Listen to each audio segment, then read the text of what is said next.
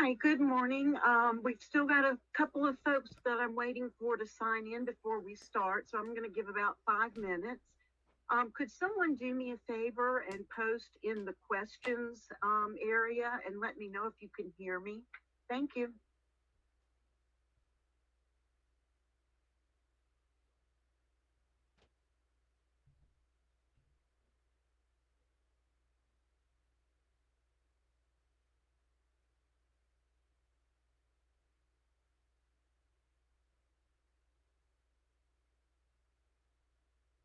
Thank you, John. I appreciate that. I'm going to give it about 5 more minutes, let everybody get in and get settled in, and then we'll get started.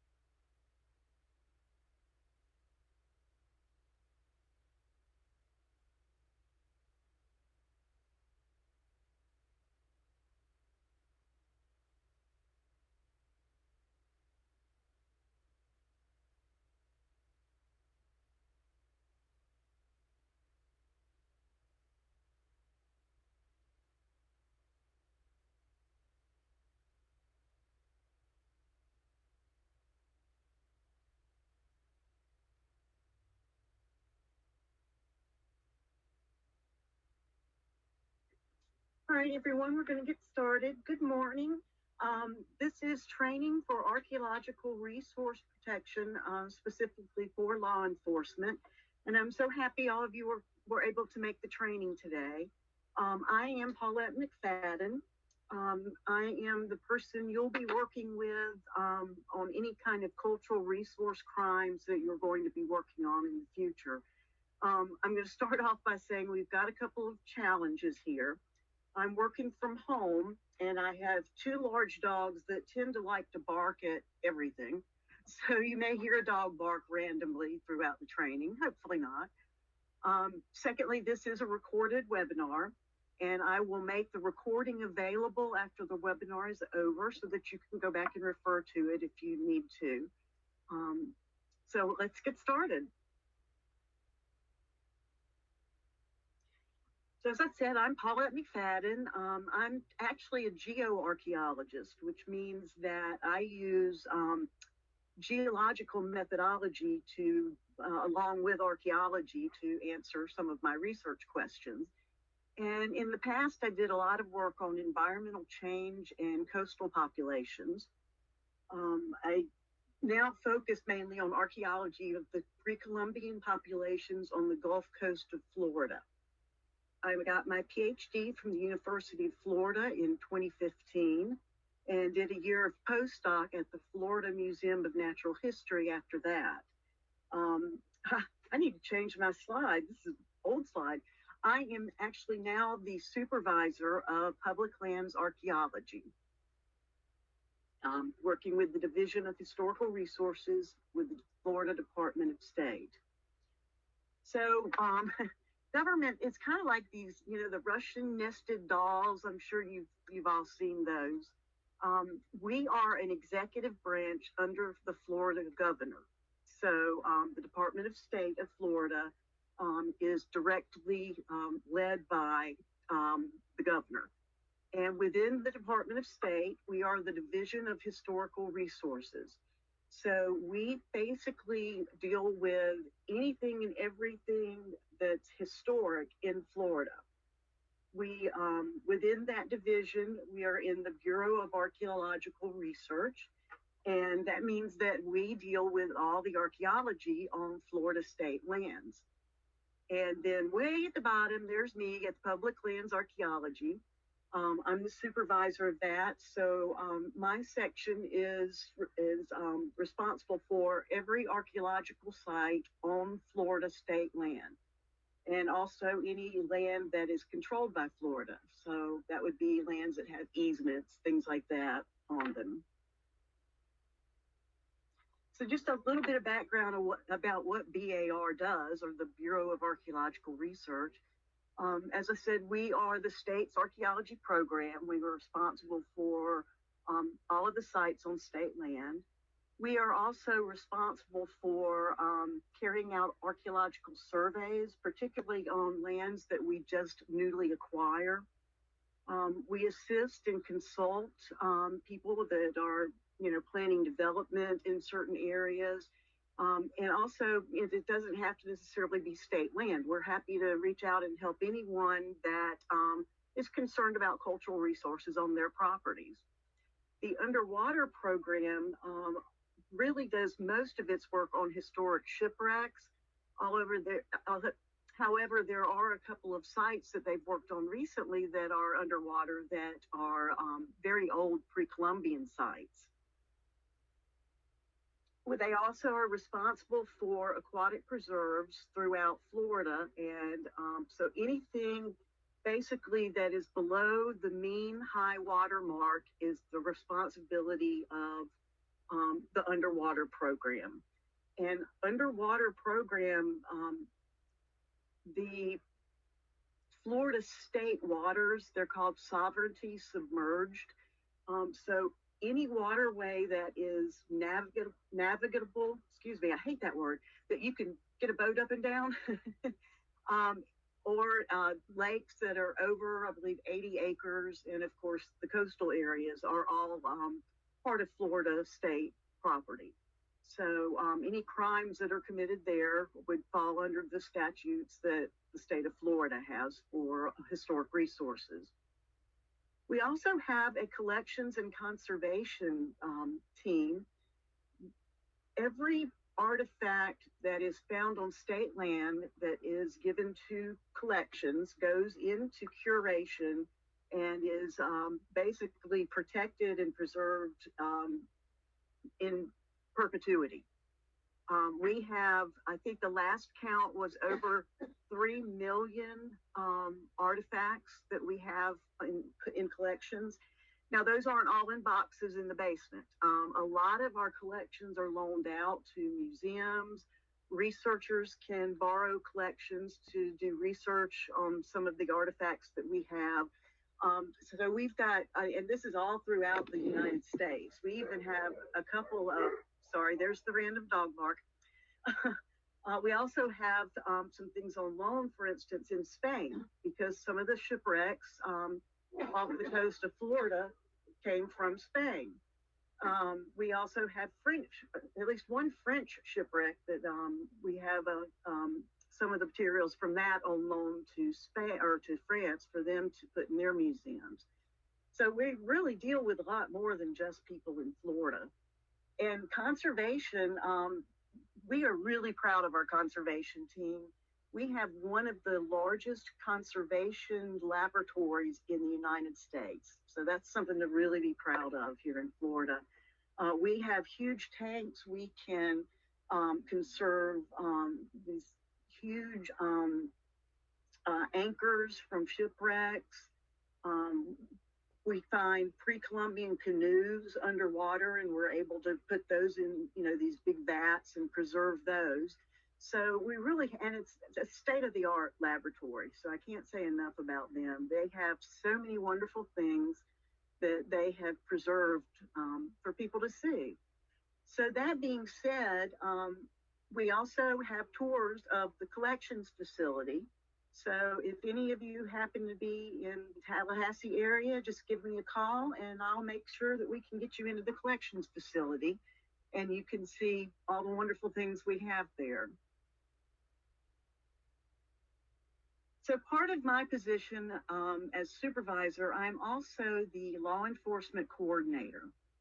So what that means is I am the one person that you can talk to if you have any questions about archaeology, about looting cases, any sort of cultural resource crime. And we're going to go over some of those a little later. I can help find the appropriate charges. If you've got somebody standing there and you're trying to figure out what to charge them with, and they've been digging holes on state land, I can help you with that. We conduct damage assessments as well, so that is a document that puts a monetary value on the damage done that can then be used as part of the prosecution of the case. I do provide ongoing support. If you have areas that are impacted by looting and you haven't caught the person, but you've been watching it, if you need a game camera or a trail camera, contact me because I can give you one or two of those to, deploy so that you can see what's going on the site and hopefully catch the looters. I'll work with state's attorneys because this, sometimes cultural resource crimes really don't get a lot of attention. I mean, let's face it, it's not a first-degree murder, right? But state attorneys sometimes don't understand that looting is really part of this bigger whole of this kind of black market system that moves along with other illegal goods. So it's important if we can get state's attorneys on board to really prosecute these cases instead of just dismissing them.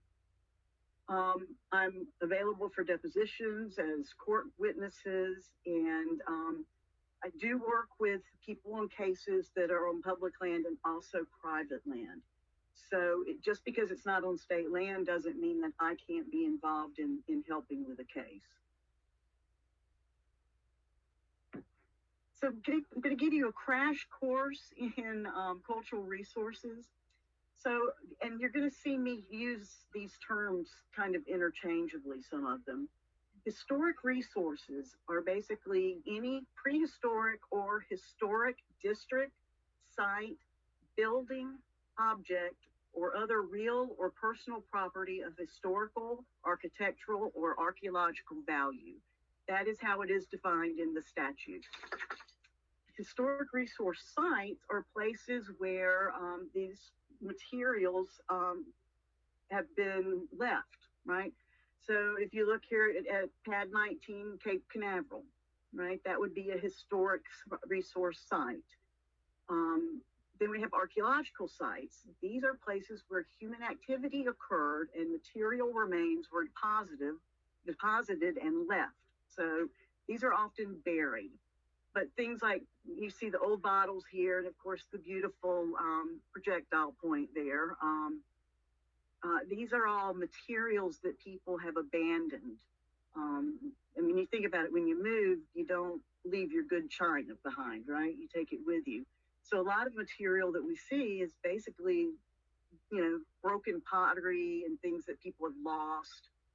So we literally are looking at a lot of times people's trash, right? But you learn a lot from people's trash.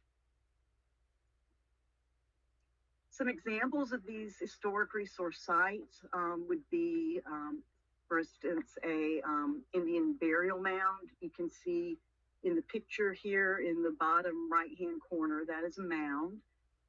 Homesteads, there's the old house at the top. It looks like a pretty dilapidated shack, but it's significant because it's indicative of a particular architectural style that was used at a particular time. We have historic forts and battlefields, industry, like old industrial buildings can be considered historic resources, historic structures, and also shipwrecks, of course, that's a big deal too. And monuments, as you can see in the middle of the screen here, the monument from Natural Bridge is considered a historic structure.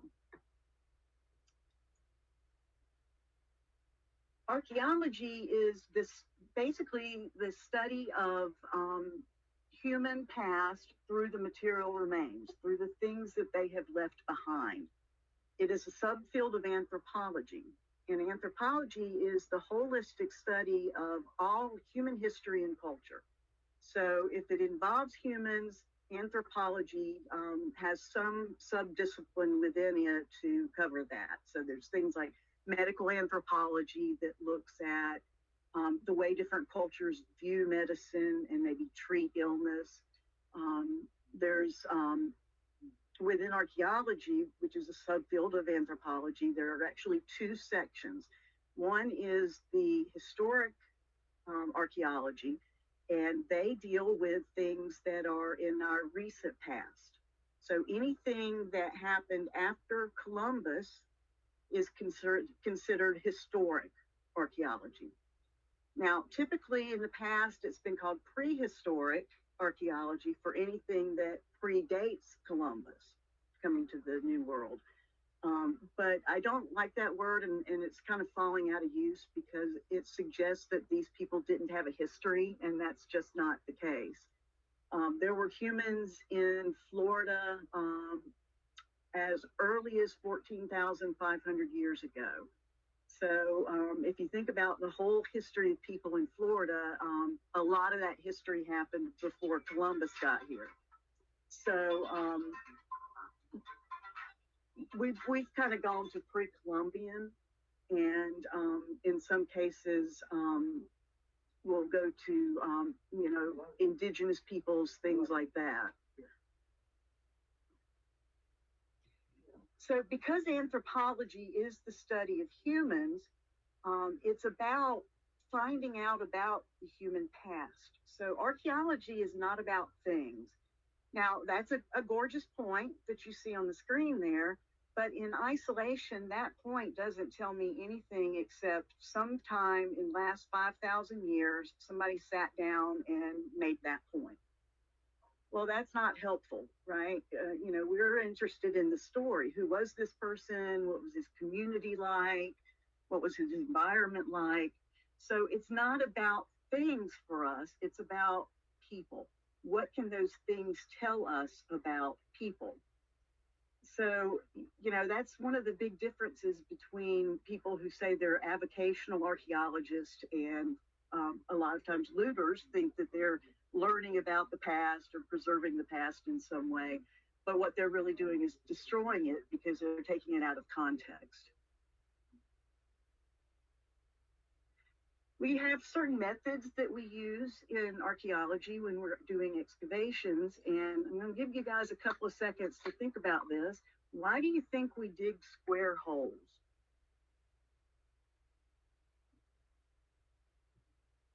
And while you're thinking about this, let me mention that if you have any questions at all, you can click in the questions box and ask, and I will try to make sure that I get to your questions when you post them. So we dig square holes because it fits really great on graph paper. It's square. It's really hard to graph a circle. So we're always going to dig square holes. That gives us a couple of different views of the archaeology as well. We have the plane view, which is flat, looking down from above, like a bird's eye view.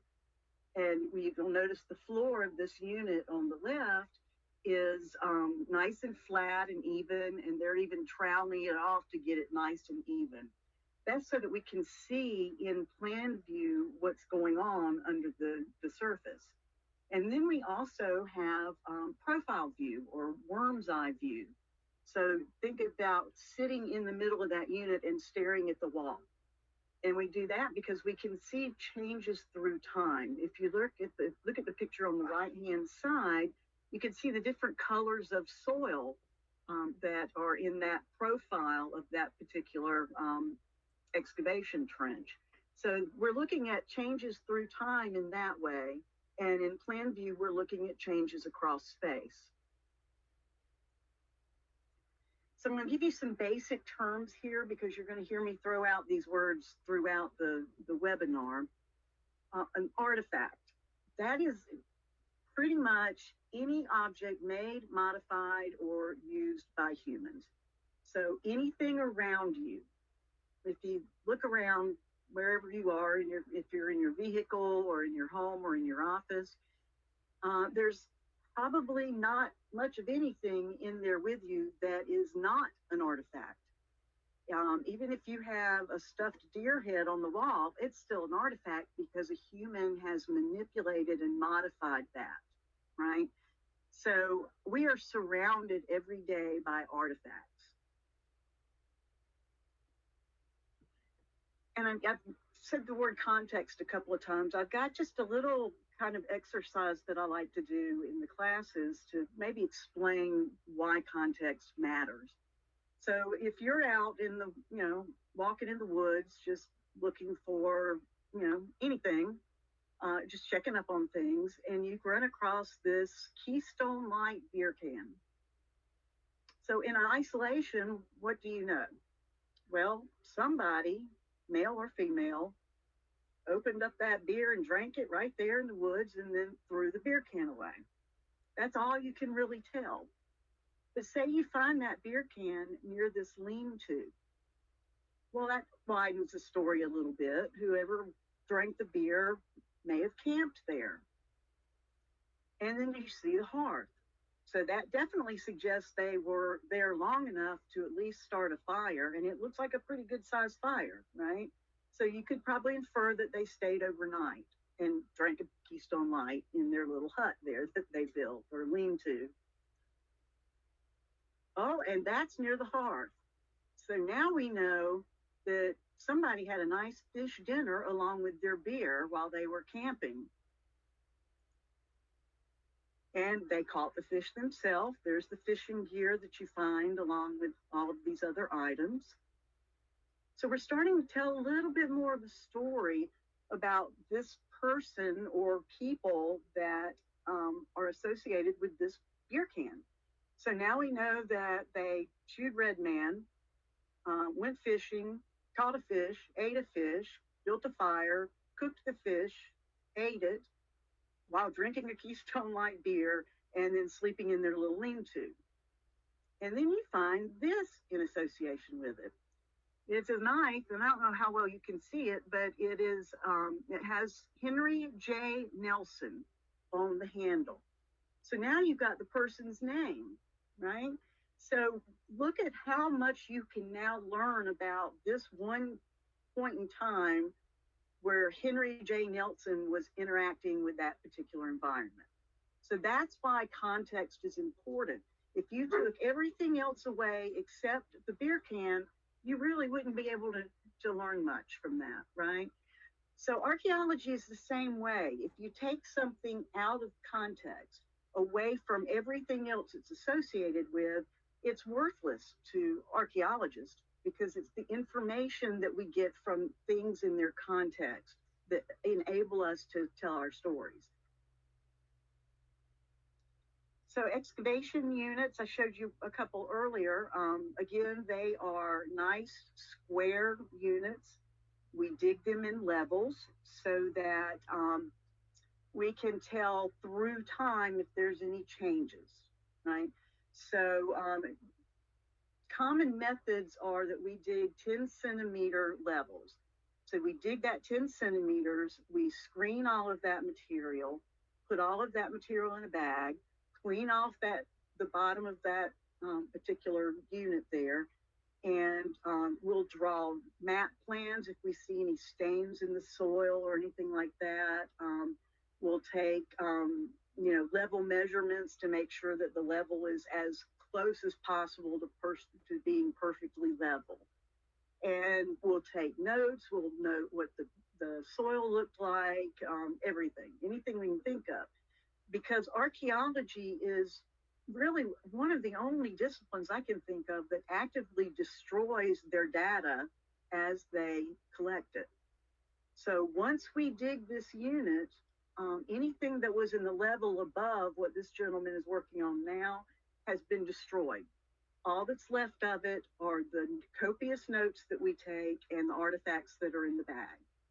So we're very, very meticulous. You actually spend in the field sometimes a lot more time doing paperwork than you will actually digging, especially if we have a lot of features. So features are another reason why looting is so destructive, because if you're looking for points, you're going to dig right through sometimes features. So if you look on your left-hand side, you can see that dark stain, and they've dug around that stain so they could get a really good cross-section of that stain. That is actually the remnants of a post hole or a post.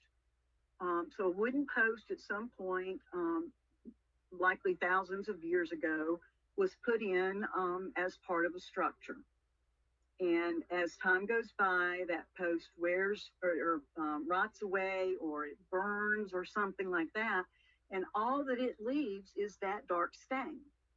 So that's why features are so important. We have to really be meticulous about documenting them, because once we've dug through that feature, it's gone. And those are sometimes the most important things. So if you look at the picture on your right, and the scale that's on it is in meters. So this is a huge round structure. It's called Miami Circle, and it's in, well, Miami. And unfortunately, sometime in the recent past, someone put a septic tank right in, one of the wall areas there. But you can see that it's really obvious. It's a huge round structure. You can see the post holes all along the perimeter. And some of these are double post holes. So, one of the posts may have broken or was rotting away and they had to replace it. So they put one in right next to the old one. And all these little holes here are holes that were dug right into the limestone. And these are intentional pits that were dug. And what was interesting, and why we think this was such an important ceremonial center, is because we would find animal remains segregated in these different pits. So for instance, one pit would have just turtle remains, and another pit would only have seabird remains, and another pit would have fish remains. So we think these pits represented offerings that people were making. associated with this huge round structure. Now, if this was all in sand and someone dug through that, it'd be gone forever, and we wouldn't know this. So features are really important aspects for archaeological excavation. Then we have stratigraphy. I'm going to throw that word out a couple of times throughout the webinar. Stratigraphy is basically the layers of deposits, really not just in archaeological sites, but in our soil column itself, right? So as the mountains wear down and sediments get mobilized and marshes build up and things like that, they leave layers of material, one layer on top of another. And the characterization of that layer tells you a little bit about the environment, right? Within archaeology, though, it tells you about the humans as well. So in a very perfect world, conceivably, anything that is at the top or ground surface is going to be younger than things that are way down a couple of strats below that, okay? So if you look at this graphic here, you can see in stratum A, you've got, cans, license plates, beer cans, things like that. In B, you've got a glass bottle, a horseshoe, a steel awl. So you can infer that, stratum B likely had a historic site, maybe someone's farm or something like that. Stratum C, we see a shell button and a bullet. We can infer that that bullet is older than the car license plate, right? Then at the very bottom, you see stone projectile point, basket fragments, pottery fragments. So you can infer that these people that left these materials are much older than the people that left the materials in stratum A, right? So that's just a very basic stratigraphy. So I keep talking about cultural resources and historic resources. In the state of Florida, and probably likely in many other states as well, 50 years is the threshold. So if it's 50 years old or older, then it is considered historic. So I am a historic resource. That's nice to know, isn't it? So one of the good examples that I really love is this picture on the bottom left-hand side. That is a tobacco barn. And I don't know that anyone still uses them because I know that that technology doesn't even exist anymore. And it's a historic resource because not only is it more than 50 years old, but it represents the economic system of a large swath of the southeastern United States, the tobacco industry, right? So my mother grew up and they farmed tobacco, and they would go out and pick the bottom leaves off of the plant as it grew, and they would individually string these leaves up on what they called stringers, the wooden rods or whatever that they would tie the leaves to, and then they'd hang them in the tobacco barn, and they would have a smoldering fire in there, and it would literally smoke the tobacco, right? Well, that system doesn't exist anymore. Now there are tobacco allotments so that you have to have permission from the government to grow tobacco. A lot of people have contracts directly with the tobacco companies so that, they grow it particularly for someone. They don't have the old system where tobacco was auctioned off. And lastly, they've hybridized tobacco enough that they just go in and cut the whole plant, and the whole plant gets dried and made into cigarettes or cigars or whatever. So that whole industry is gone now. And that is really indicative of that particular economic system, right? So that's why it's so significant. And then, of course, you have cars and shipwrecks and things like that are 50 years old or older, and they have become significant in telling us about people's past, right? So, that can apply to cars, buildings, items like bottles and things, and even a Red Ryder BB gun is now a historic resource.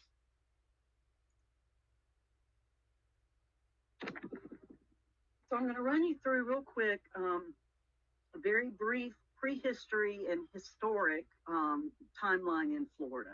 And like I said, we should call that pre-Columbian, right? So Florida's history, basically. All of those green dots are archaeological sites in Florida that have been recorded. That's a lot of sites. So on state lands, we have, I think last count was like 3,600 sites on state lands, and there are 5 of us in my section. So we have to cover a lot of area. And a lot of these sites, you know, they, just because they're recorded doesn't necessarily mean they are as important as other sites. So some of these sites are just things that we call like lithic scatters, where people in the past made stone points, and we see the waste material from those stone points laying around. And that can range all the way up to these huge ceremonial mound complexes that were inhabited just before Columbus got here, and then through battlefields and all sorts of other things. So just because it's recorded doesn't mean that it's a huge site, right? Which, if you have a question, you call me, and I can also provide you in your particular area a list of all the sites that are in your region so that you know where they are, and you can check up on them if you want to. So in Florida, and that timeline has been expanded to 14,500 years ago. Recently, work done in the Osceola River on the bones of a mammoth that exhibit cut marks and actually has a point embedded in one of the bones. So then radiocarbon dating that has pushed that date back. So the first humans likely arrived in Florida around 14,500 years ago. Now, what's interesting is this is one of the earliest dates in the United States. So there's been all kinds of debates in the past about how did people get here.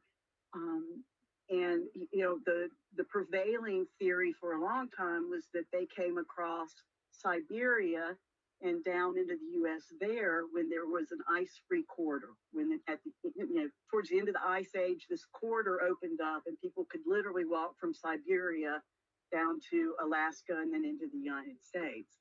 So that, you know, I guess 30, 40 years, that's been the prevailing idea until more recently. And we've started discovering sites that are much older on the in the eastern part of the United States than in the West. So, you know, now it's looking more like they may have come across the Atlantic, maybe across the north following the ice. We don't know yet, but linguistic studies have also suggested there were 2 major waves of migration into the United States. So anyway, you know, the first people here, they were called paleo-indian people, paleo meaning old. The old Indians, we don't have a lot of information about them because not much lasts 14,000 years, right? Organic matter breaks down, wood rots, cloth rots away. So all we have mostly are things that are really durable, like the stone points that they had. So if you look right by Paleo-Indian, that is a picture of what's called a Swanee point. It's a Paleo-Indian Swanee point. And as you can imagine, in the collector's field, those are going to be the most high-priced items, right? So a nice Paleo-Indian point can go on eBay for $15,000, which is crazy to me. So that's one of the reasons that looting is such a big deal, is people are looking for these things that they can make money off of. The Paleo-Indian period ends about 10,000 years ago, and that's right at the end of the last ice age. So there's a lot of changes going on. The environment is changing. The large animals are going extinct. The mammoth and mastodon and giant sloth and all of these other animals that people hunted are dying off. And so they're having to change their technology, which means they're going to smaller points. They're starting to create these social networks within the regions that they frequent, and begin staying a little bit, in the same place rather than being really mobile, staying in one place a little longer, right? Sort of putting down roots in a place. So that's from 10,000 to 3,000 years ago, and we start right at the end of the Archaic, about 3,000 years ago. People have started making pottery. So that kind of ushers in the woodland period. Pottery is a huge innovation. It enables people to store things longer. They can cook in these pots now rather than, having to put things just over the fire or boil them in a bag. So I mean, this is really significant change.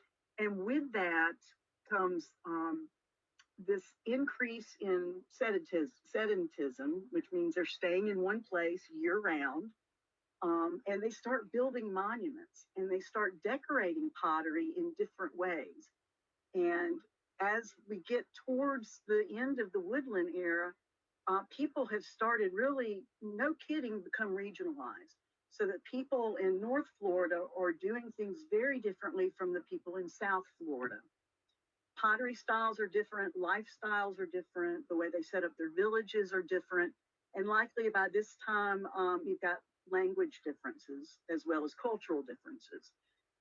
So this is when we start to really see regionalization. And then the Mississippian period comes in about 1,000 years ago. And this really comes in with sort of this wave of culture from the Mississippian area or the Mississippi area. We see these ideas, these pottery types coming down, and cultural changes that are starting to match what's going up up in Middle America. And what's really cool is we see this ramping up of trade. So, for instance, in Ohio, a site named Cahokia, there's marine shell from the Florida Gulf Coast that has been found in burials there. And down here, we see items like galena, which is what's this plummet on the far right side is made from. That's an exotic material. Galena is not in Florida. It's more, Georgia and up in the mountains in the Carolinas. So we start to see a lot of trade. There's obviously a lot of networks that people have made with other cultures and other groups of people. And then we have the Spanish and British periods. So Columbus finds the New World. De Soto comes to Florida and makes his trek through Florida up into the northern areas. So we've got a lot of, at the first of this Spanish period, we've got a lot of new people coming in that are exploring this new world and, learning about the materials that they might be able to extract from these areas. So for instance, gold, silver, things like that. So it's kind of that's a time when there's a lot of cross-cultural interaction, so that you see, for instance, Spanish missions, where you have a population of indigenous people that are attached to this mission that is a Spanish mission. And so here in Tallahassee, we have Mission San Luis, and it's really one of the most well-known missions in the southeastern United States, simply because we have an archaeologist that's been working out there for over 30 years. And it's really kind of a crown in the jewel of the Division of Historic Resources, because we own and manage that property.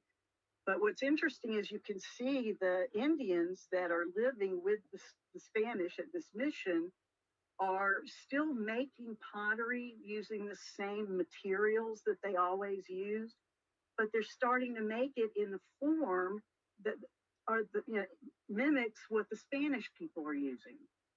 So we had a lot of this kind of cross-cultural stuff going on during this early period of discovery and exploration in the New World. Then later on, the British come in. There's at least one war, and then, not to mention you have the indigenous population that's there going, wait a minute, this is our land. What are you doing here? So we have a couple of Indian wars, Seminole Wars here in Florida. And then eventually by about 1870, Florida officially becomes a territory of the United States.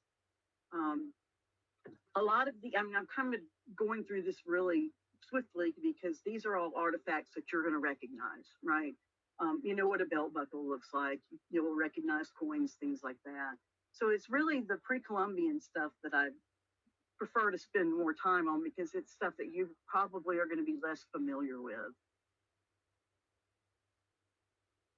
So there are a couple of things that are really important about fossils and artifacts.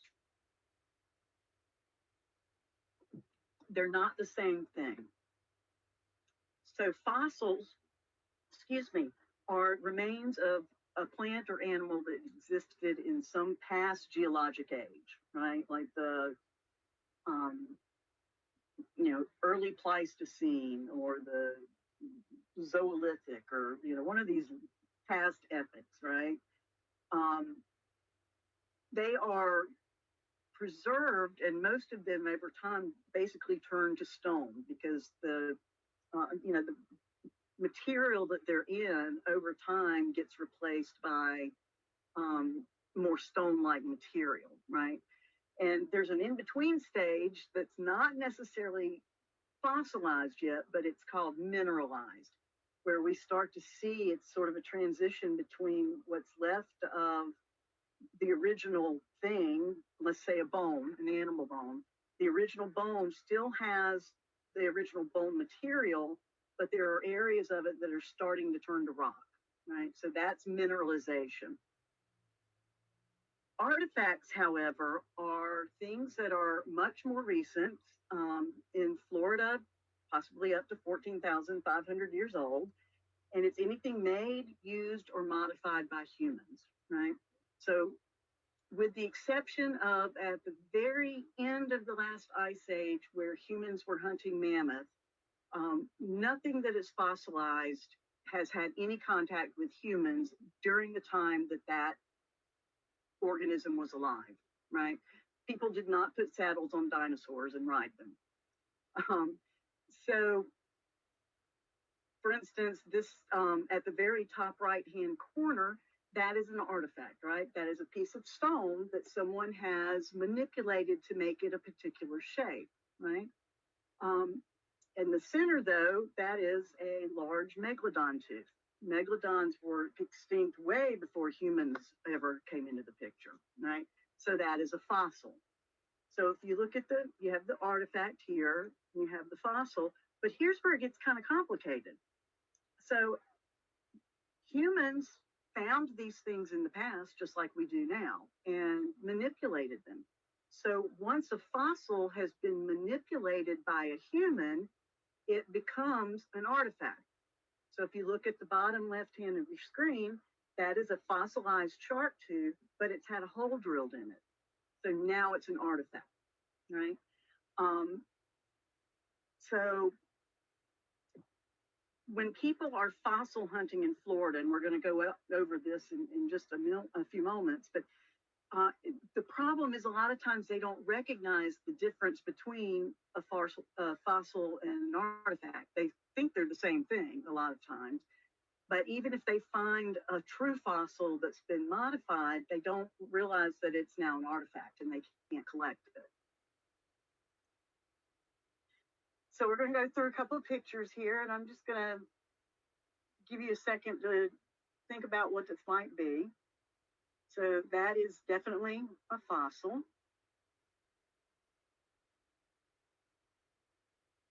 Yeah, that is an artifact, right? I don't think there were many video games back in the Cenozoic era.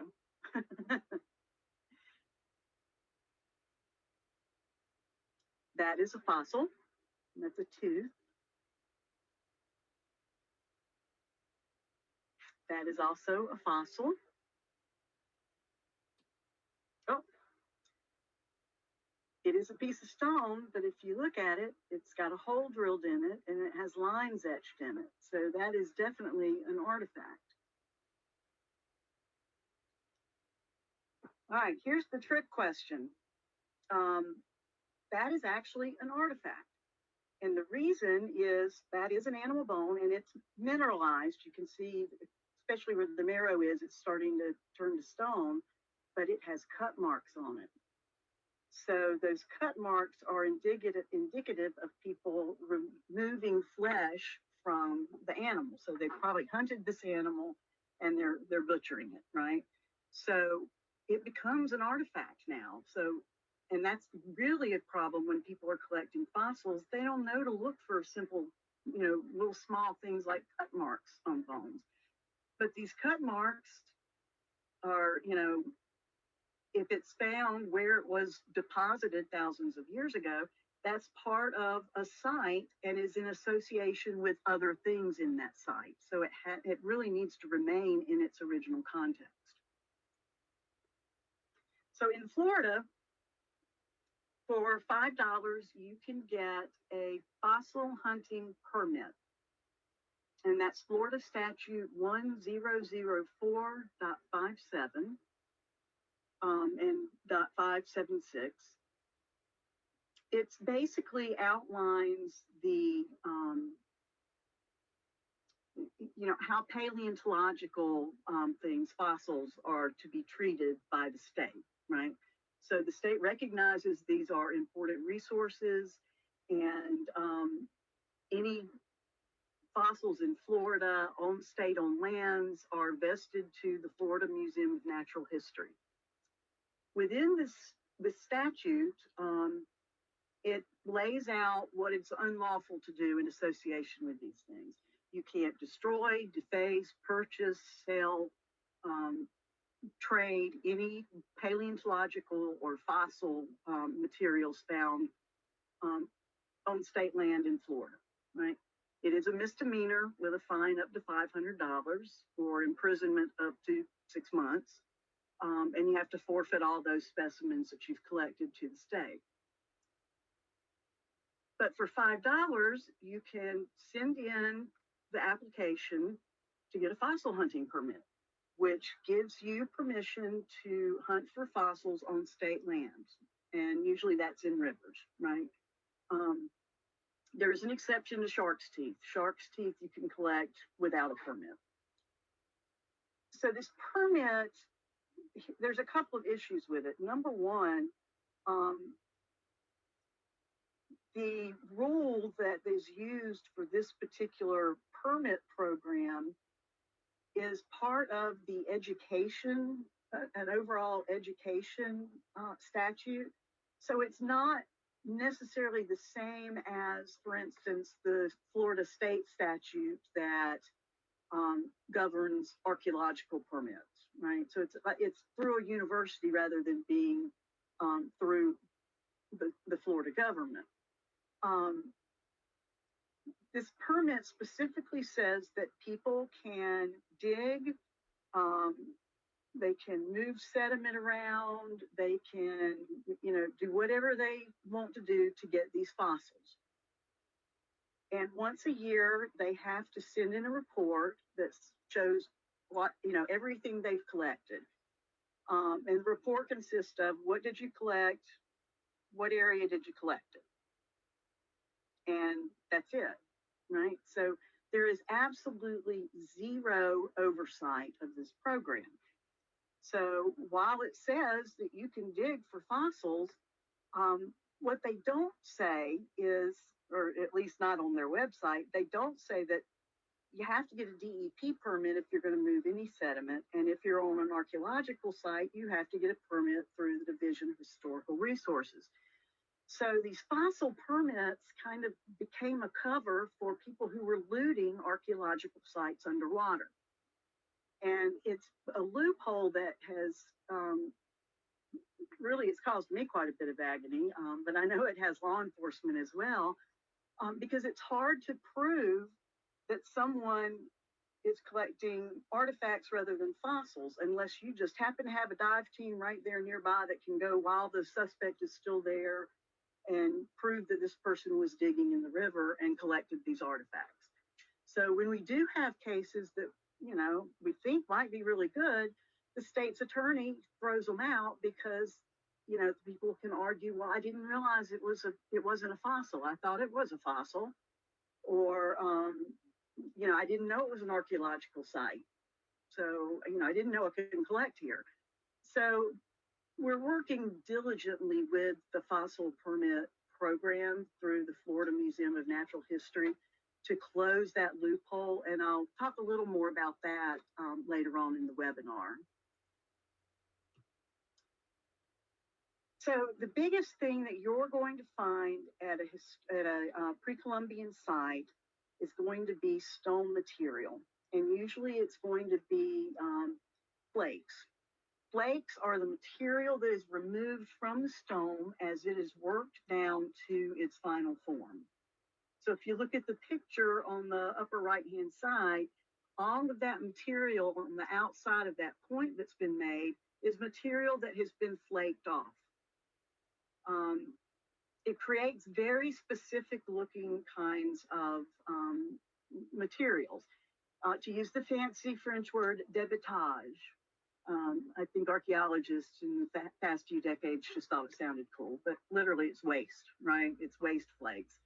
But they have very specific characteristics. So if you look at this one at the top left, there's a flat spot, which is the striking platform. That is where the maker hit the stone to remove that particular piece of it from the material that they're making, or the point they're making. There are also negative flake scars. These are scars where previous flakes have been taken off. Okay, the striking platform sometimes is really hard to see, but you know, as you start to learn to look for things like this, and you know, you'll get a better eye for them. On the other surface, this is actually the easiest way to identify a flake. There's a bulb of percussion. So if you think about, for instance, you know, kids, it used to be a big thing to shoot BBs through plate glass windows, right? So there's a little small hole at the entry point, right? But the energy passes through the glass in kind of an S wave, and you can see that where the energy kind of ripples through it, it creates this, what we call conchoidal fracture. So you can kind of see here these little lines that are going across here. That's because the bulb of percussion is where the original energy hits, and it goes up towards that high end of the S wave and goes back down, which creates the bulge. And then as it kind of dissipates through the flake, creates these smaller ridges. So that's really indicative of human manipulation. I don't think I have ever found a rock that looked like that was not an artifact. Rocks just don't naturally break in this way. So if you look at the bottom here, you can see another difference too. You know, these are rocks here. They're angular, they're irregular, you know, there's no conchoidal fracture on them. They're just rocks. Whereas here, these are flakes, and flakes are always, well, not always, but mostly going to be these really thin little pieces of stone that will have these attributes that are on the left-hand side: the striking platform, the negative flake scars, the bulb of percussion, and the conchoidal fracture. So if you're in an area where you see a lot of these laying around, it's a pretty darn good bet that you're on an archaeological site. So as they're flaking, they're making, and just a generic term that we use is biphase, which means it has had material removed from both sides of the stone. And that creates this very distinctive kind of serpentine shape on the edge of the rock, where material's been alternately removed from one side and then the other. So that's really indicative of human manipulation, because I can't think of anything in nature that would create that same kind of pattern. And bifaces, pretty much every stone tool that you find is going to have some sort of bifacial characteristic to it, whether it's a point or a scraper or any other kind of implement. It's usually going to be worked on both sides, because that gives the napper more control of the shape that he's looking for. And I can promise you, these guys know exactly what they're doing. I went to a nap-in once years ago and watched these guys making these stone tools. And one man took a stone and he drew with a Sharpie on the stone a shape, and he said, I'm going to remove everything within this mark. And darn if he didn't. He removed exactly, almost perfectly along that line, the material that he wanted to. He knew just how hard to hit it, what angle to hit it at, how much force to use. And so these guys were incredibly knowledgeable about qualities of stone and how to work that stone to make it what they wanted. And these materials have a life.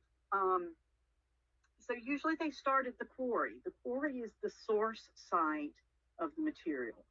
In Florida, chert is the most common tool-making material. In fact, it's pretty much the most common stone that you'll find in Florida. There are chert outcroppings everywhere. So chert is basically a stone that is created as the silica from sand leaches into the limestone that is already the bedrock of the Florida platform, and over time turns it into this chert. Well, chert is a very small grain stone, which makes it really easy to flake, right? You can just knock off what you want to. It's almost like glass, right?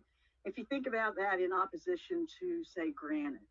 Granite is very tough to make tools out of. In fact, I don't think I've ever seen a granite point. It's just so coarse grained, you can't control how the energy goes through the stone. So in Florida, a quarry will look very much like this. You'll see there's going to be a lot of broken rocks laying around, and a lot of them that have obvious indications that people have worked them down in size. So from the quarry, they make blanks. And these blanks are kind of like a very early Swiss Army knife. That blank can become anything, right? But they're knocking them down into blanks because there were no beasts of burden other than dogs in the New World, right? There weren't horses or camels or anything like that. So the dog, poor dog, or the human had to carry that stone back to wherever they were going to, conduct the next phase of production. And so, of course, they're going to get the lightest they can, right? So from these blanks, then they will work these down into what's called a preform. At this point, it can become anything. From this preform, they may decide to make, a point. They may decide to make a drill to drill holes in something, or a scraper to scrape hides. Or, as they're flaking stuff off of it, they may make a graver. So it's going to have this little point on it so they can, especially when they were making pottery, they could use those to scribe designs into pottery, or, you can think of any number of things you may need a graver for. But that's not the end of their life. Things can happen, right? So this biface can break down over time, be reused. Reusing is recycling, right? So as they sharpen it over time, this, the pointy part is going to become thinner and thinner, and eventually they'll whittle it down to a drill. This top part may break off, and they may flake it, and reform the edge to turn that into a scraper. Or it may break and they may bust a few flakes off of it that have points that they can use as gravers. So the bifacial point that you see on the, the upper right-hand side is not is rarely the final form. We find lots of points because people lose them, people shoot them at deer and then can't find them to retrieve them. There are any number of reasons. People make extras in case they need them and then just discard them. But most of the time they do get reused into something else.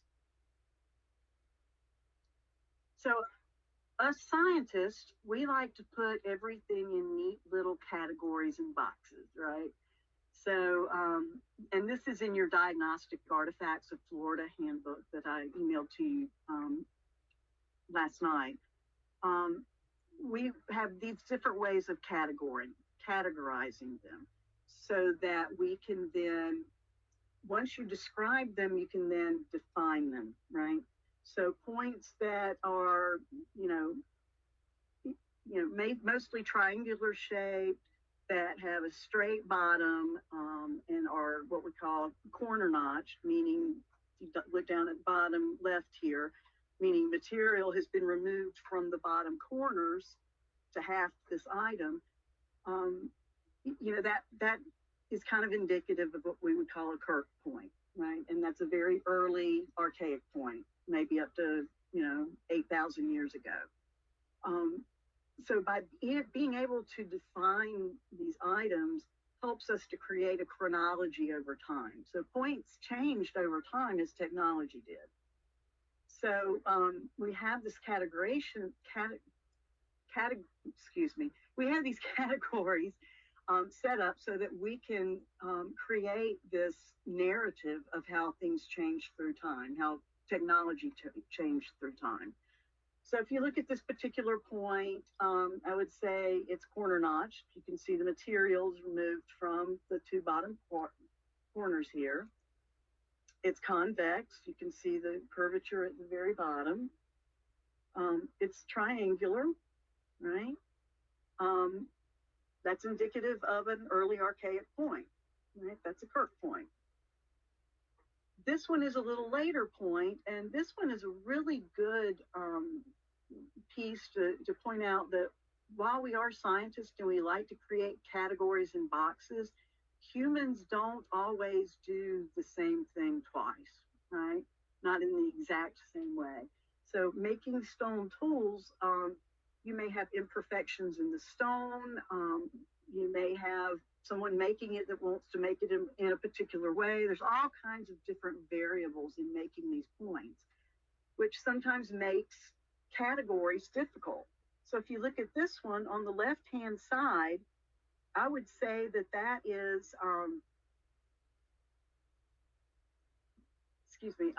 that is a blade shape that is incurvate, right? Because if you look at the point here on the far left and move up to the top of the point, you can see it kind of curves in, right? But if you look at the other side, the right side of it, I would say that's more triangular, right?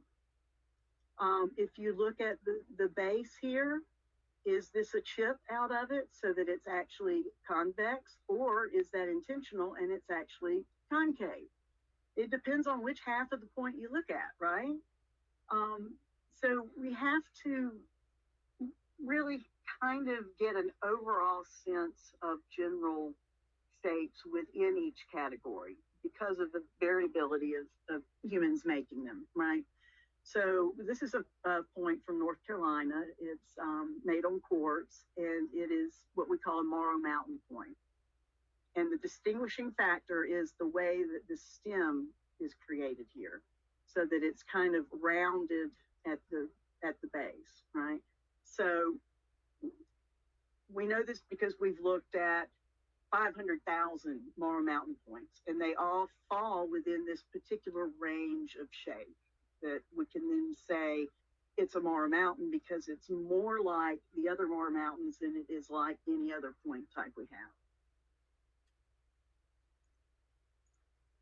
So here I put contracting, concave, and triangular, just overall, right? So sometimes you just have to make a subjective decision, even if you're a scientist. All right, so We've been at it just an hour and 10 minutes, but we're going to take a quick break before we delve into the laws that we need to cover. So let's take about 10 minutes, and I will see you back here at 10:20.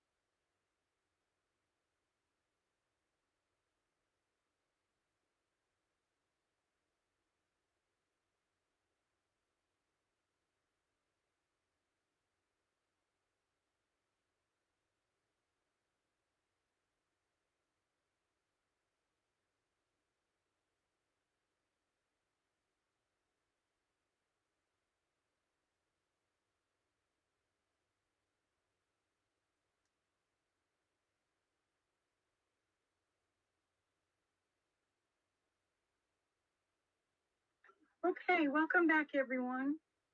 So you've had your crash course in basic archaeology, very basic. If you want more information or you're interested in learning more about it, just get in touch with me, and I'll be happy to talk with you. And I can get you some resources as well if you're interested in learning more.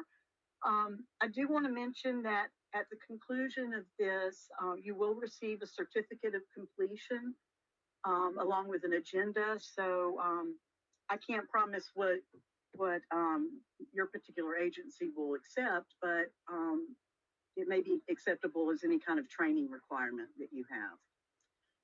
So getting back to federal laws, a lot of Florida's laws through time have mimicked the Florida laws, basically. So, but there's some important, federal laws. There's some important aspects of federal laws that we need to make sure that you understand. The Antiquities Act of 1906 was the very first federal law that protected historic resources. It all kind of came about, this man came in from France and went to the Southwest and collected all these pots and other archaeological materials and took them all back to France with him. Well, this kind of incensed, the people in America, because these are our cultural resources that are being taken not just out of state, but out of country.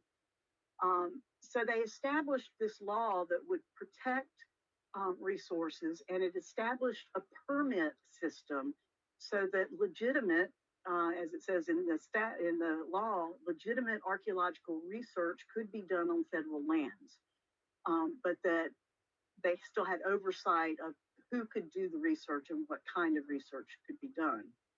So that was a huge step. They revised this law and in 1935 passed the Historic Sites Act of 1935. And this, the big thing for this was that it created the National Park Service Advisory Council. So this gave the Secretary of the Interior the right to obtain information, to do surveys, to conduct research. Basically, it was like a federal Bureau of Archaeological Research arm, right? But the big deal is the National Park Service. Then the law was again revised in 1966 and became the National Historic Preservation Act. This created the National Register of Historic Places. Now, this register, it's basically a list, a national list of significant historical places or historic areas in some cases. Unfortunately, it does not provide additional protection for a site, but it does establish the significance of it. And in the state of Florida, we tend to protect the sites like that a little more, or a lot more actually. So for instance, Mission San Luis in Tallahassee is registered on the National Register of Historic Places. And it is very well protected, and nothing goes on that could do any kind of ground disturbance or anything in that area. So these are important from the perspective of historic resources, but if something is listed on this register and it's on private property and the property owner wants to build a house, there's really nothing that can stop that construction, right? But it did tighten the protections for resources on federal lands. Section 106, which we still use today, requires that all federal agencies provide the Advisory Council on Historic Preservation with the opportunity to comment on any kind of undertakings that are planned. We have that same sort of thing in Florida with the Acquisitions and Restoration Council. Anything that goes on state lands, they are provided with the opportunity to comment on that. And particularly if it's, from the standpoint of Florida, if things are eligible for the National Register, we will designate those places as eligible. but to get on the list is very laborious. Huge report writing, lots of research, because you really have to prove how significant the site is. Then in 1979, that law was amended, became ARPA, the Archaeological Resource Protection Act. It provided more stringent guidelines for permitting, and their landmark or their benchmark is 100 years old or older is an archaeological site or a historic site, right? But what was really significant about this is it provided penalties, right? So these laws before ARPA, there was really no teeth to these laws because it didn't provide any kind of information about what was an offense, and if there was an offense of this law, then what exactly happened to the person, right? So ARPA established those very specific penalties for breaking the law. And so Florida has very much kind of followed those laws. The Abandoned Shipwreck Act of 1987, that's a case that came out of Florida, actually. I can't think of his name now. Oh, gosh. There was a man down here who discovered a Spanish shipwreck and began collecting all of the gold and the jewels off of this. And he was basing his argument for owning these on old salvage laws. So you could basically claim a shipwreck because it had essentially been abandoned, right? And so you're salvaging it. So you get salvage rights, which means you get to keep whatever you collect off of that shipwreck. Well, this caused a bit of a ruckus because it was within Florida waters. And so there were a lot of, yes, Jessica, it is the Atocha. Thank you very much. So the state started looking at this and said, wait a minute, this is in state waters, and these are historic resources, and this guy's just collecting, over $1 million worth of stuff. So they created a federal law. The feds got involved in it and created this federal law then that basically gave the government ownership over most shipwrecks in, federally within federal waters. And we mimicked that in our state laws. One of the things that it didn't do very well was to define what exactly people could and couldn't do on these wrecks, right? So we had people that were arguing they still had salvage rights. There were the old admiralty laws that they were going by.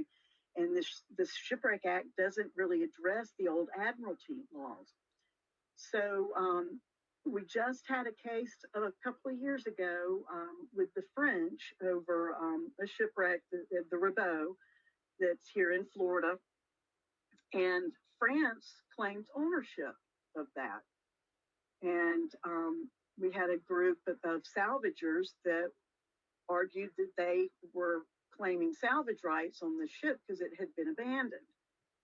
So that has led, and it's not on this, but that has led us to be more stringent with more of the military laws. So there's the Military Craft Act that says that any military vessel that has sunk anywhere in U.S. or state waters belongs to the country of origin. So all the Spanish shipwrecks belong to Spain. The Ribeau belongs to France. And that really covers pretty much every shipwreck up until, maybe the early 1900s. If it had any kind of guns on it, it was considered military. And, what galleon didn't have cannons and guns and things like that on it, right? So all of these now, we're still working through some court cases on these things, but we're working towards keeping people off of these shipwrecks because they really do quite a bit of damage to them. And then in 1989, there was this guy named Farmer Slack who had a good deal of property that he farmed. And he was approached by, I believe it was 10 people. Yes, it was 10 people who offered $1,000 a piece to be able to dig up one of his fields. And he said, well, sure, I'll take that $10,000. Well, the problem is that that field was actually an Indian cemetery. And these men just decimated the cemetery, throwing human remains aside because they're looking for the grave goods. Well, of course, this incensed the whole community, but especially the Native American community. And that led to eventually the Native American Graves Protection and Repatriation Act, or what we call NAGPRA. This protects burials on state and tribal lands, right? So you can't go into state land, I'm sorry, not state, federal. You cannot go onto federal land and dig up a Native American burial. The tribes have to be consulted with any kind of Native American human remains discovery. There's also one of the parts of the law was all these museums and other institutes that had Native American remains or burial goods had to inventory all of that stuff, had to try to determine what tribes they were associated with, and then give those remains and those burial goods back to that tribe so that the tribe could decide what to do with the remains of their ancestors. And once again, Florida really mimics that quite a bit. So we don't have to go through NAGPRA for remains found on state land, but we do most of the steps that NAGPRA calls for. Consult with the Miccosukee and the Seminole anytime we find remains. And we try to be very conscious of working with them, and anytime there's going to be archaeological research done in somewhere that could possibly have ancestral remains in it. So that is actually the end of the federal laws. So like I said, state laws really kind of mimicked through time federal laws. So for Florida state, for state land, we have Chapter 267 of the Florida statutes. This basically empowers the Division of Historical Resources with the ability to govern these sites, to control what happens on these sites, and we're tasked with preserving and protecting these sites. Any archaeological work that's going to be done has to have a permit from the state, much like the federal government you have to get a permit to do work on federal lands. 267 does a really good job too of laying out penalties for specific actions, and we'll go over that in a little bit. This law, though, and this is one of the hardest things that I have had to deal with, is people think that the site has to be recorded in our Florida master site file, which we'll talk about in a minute. But that doesn't matter. If it is an archaeological site, whether it's recorded or not, and it is on state-owned or controlled land, you are violating Chapter 267, right? So 267.13 says that you cannot take anything away from an archaeological site. This is through means other than digging. So if you're just as a state park and you're walking around picking up artifacts off the ground, then that's going to be a violation of 267.13 1A. It is first-degree misdemeanor. Applies to activities that don't include excavation, and it includes removing, damaging, or destroying archaeological deposits. there's fines and possible jail time. It's a first-degree misdemeanor, right? Materials that the person collects have to be handed over to the state. I can't think of a single case I have had over the last 6 years where we've charged that particular statute, right? Here's the big one though. This is 267.13. This is B. This is excavating at an archaeological site on state-owned or controlled lands without a permit. So this is a third-degree felony. This is where I will come into the picture and do a damage assessment to see how much damage was done to this site to help with prosecution of the case.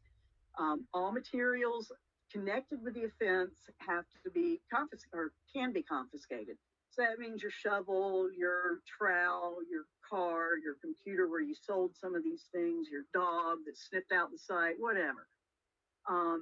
Vehicles and equipment are a biggie.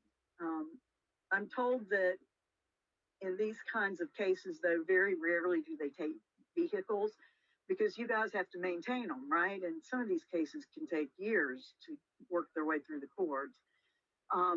But here's the important thing is the state can demand restitution for that destruction. That money, although it goes into the state's general fund rather than coming to DHR, we use it to justify buying game cams for law enforcement so that in turn we can help you guys have eyes on other areas in the field where you can't be, right? I will say at this point though, I don't care about the Boy Scout who's walking down the trail and picks up a point and puts it in his pocket. That is not what I'm concerned with. I'm not concerned with someone that, moves a little dirt around with their foot, right, and picks up a point. I'm concerned with these people that are involved in this full-scale, black market system where people dig these artifacts specifically to sell. So they're making money off of items they steal off of state land.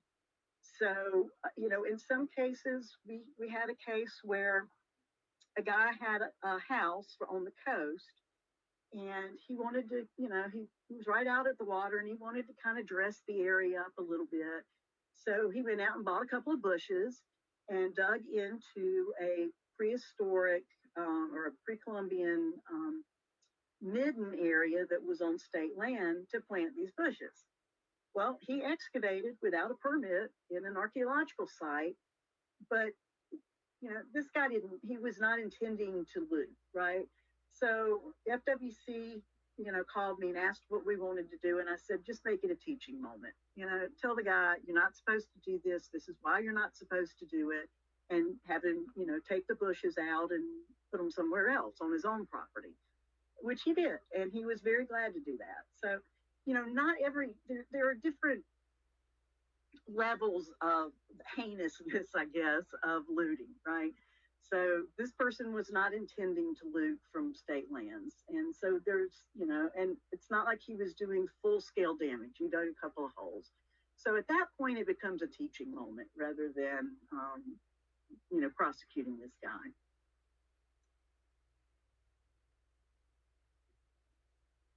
And then we have 267.13C, which prohibits selling any materials that are excavated off of state lands, buying any, exchanging, transporting, or counseling others to do so. Here's the problem with this. It's so hard, and you'll see this in a little bit. It is so hard to prove these artifacts came from state lands. I mean, it's nearly impossible.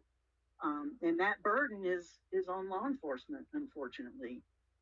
So it's really difficult. It's really difficult unless you're right there and see them in the hole digging. It's really difficult to get a good case on this. There's always going to be well, what if I had this before this law came into effect? What if it was my grandfather's, or, what if I bought this from someone and I'm just reselling it? So This is another one that I have never once used because it's so hard to trace an artifact. So when I talk about permits, there are two different permits. One is underwater, which is the 1831. This basically gives people permission to do work on shipwrecks.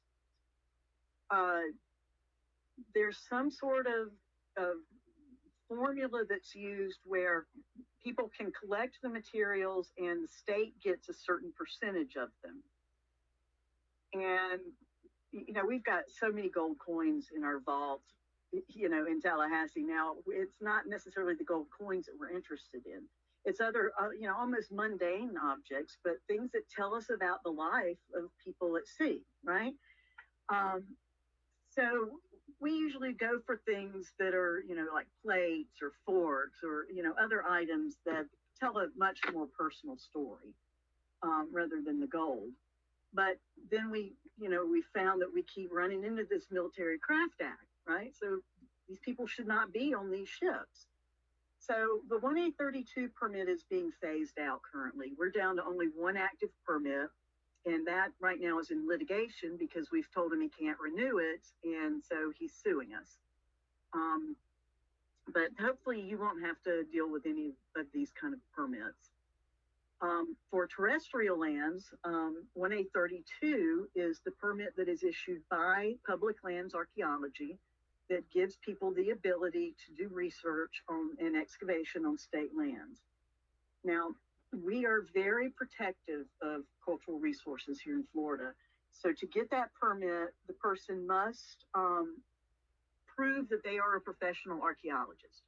So they have to provide their resume and prove that they have, done archaeology for X number of years. They have a degree in archaeology from, wherever, so that we know that they're a legitimate archaeologist and that they know how to use archaeological methodology to dig. They must be affiliated with a reputable institution. So that could be a university, compliance organization, which is a company that is paid to go in and survey land before development to make sure there's not an important site there. It could be a research institute, something like that, but they have to be, we vet that, right? You can't be just Joe Blow off the street that wants to go dig a hole on state land. You have to provide an acceptable research design, which means you have to show us what question are you trying to answer, what data are you going to collect, and how are you going to collect that data. And if you deviate from that, you have to get back with us and have the permit reissued with the new details on it, right?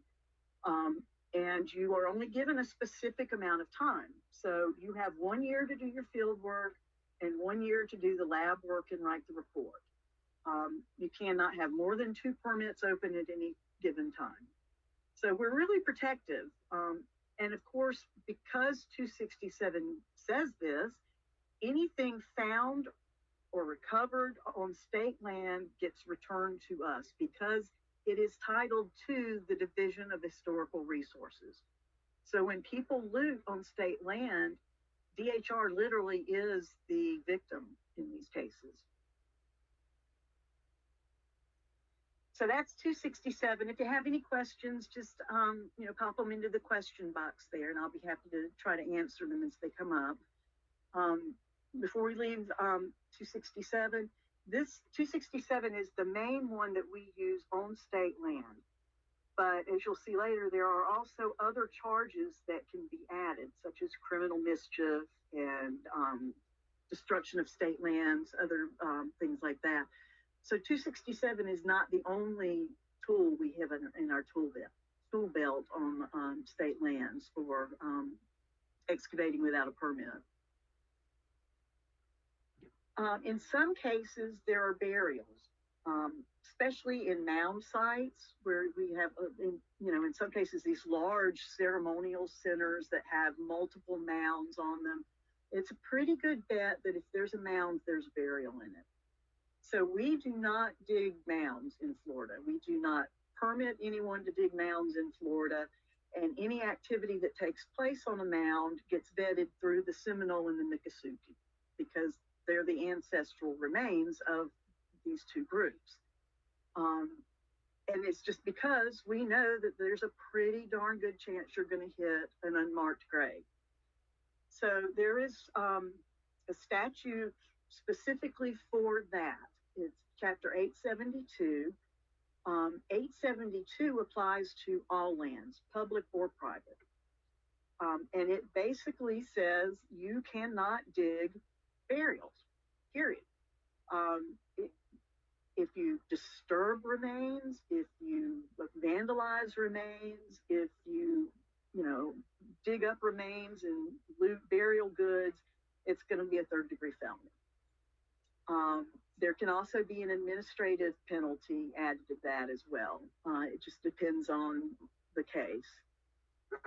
But specifically for our purposes, 872.05, unmarked human remains specifically mean pre-Columbian human remains that are in areas that are not officially marked as a grave, okay? That does not mean burials that are in an old cemetery that had wooden markers, and the markers have, rotted away or whatever. This is specifically for pre-Columbian populations, okay? In some cases, it can be, it doesn't necessarily have to be pre-Columbian, but it could be a, Seminole graveyard or something like that, that they put people in mounds or something and don't mark them for each individual grave. So 872.05 applies to both public and private land. So while you have a whole lot of rights as a private property owner, this is not one of them. So if you are wanting to build a garage and you know there are burials on your property, you can't just blow through those burials to dig for the foundation of the garage. You will have to have a company come in that will basically do what we call mitigation. They'll dig up all those burials and they'll work with the Seminole or the Miccosukee to find a place to rebury these individuals along with their burial goods. So it's a pretty complicated process to do that as well. We've got a case right now down in Miami called the Brickell site, where it's right on the coast, and these developers want to build this, huge condo complex right on top of a huge cemetery, Native American cemetery, and it's a pretty significant site. It definitely would be eligible for the National Register. But it's private property, and if this man, he's willing to shell out the money to have these graves all exhumed and reburied somewhere else. It's such a large site that it's been going on for a couple of years already and will probably continue for another couple of years. But, if he's willing to pay for it and he's willing to work within what the Seminole want him to do with the remains, then that's fine. But being a private property owner does not mean he can just blow through burials, right? To knowingly disturb an unmarked human burial is a third-degree felony. It is a second-degree misdemeanor if you fail to notify law enforcement of someone doing that. If you know someone is looting in a burial mound and you don't say anything, it's a second-degree misdemeanor if you're charged, right? Although I've never seen that charge, but I've certainly seen a few of the third-degree felony charges. So that's one that stacks really nicely with 267 if it's on state land. So now you've got two third-degree felonies. So what do you do if you discover human remains? And believe it or not, that happens a little more often than you might think. Especially along coastlines where the coastal areas are eroding out. We see, human remains eroding out of these old burials. I've had, property managers call me and say, well, a tortoise just, dug this burrow and kicked out what I think is a human bone, So it actually happens more than you might think. But if you do discover human remains, or someone calls you and says, I think there's human remains here, and you go out there, there are two different paths that you can take. If you think that it is a fairly recent burial, like within the last 100 years or so, call the district medical examiner. If it is archaeological, you will want to call BAR. You can call me, and I will get the proper people involved in that. Take lots of pictures of the scene, make lots of notes, and you know, between the district attorney and us at PLA, we can pretty much determine whether it's of archaeological or forensic value. Do not, under any circumstances, allow anyone to take custody of remains other than the persons authorized by either the medical examiner or the state archaeology, whichever one has jurisdiction over the remains. All right, so we don't show pictures of human remains anymore. We don't publish articles with pictures of human remains. We don't do presentations with pictures unless it is for the purposes of education. So this is just a warning. I will be showing you pictures that have human remains in them. So if you're queasy about that, you can just look away and listen, or do whatever. But I just wanted to give you that warning and let you know that we take this very seriously when we do this.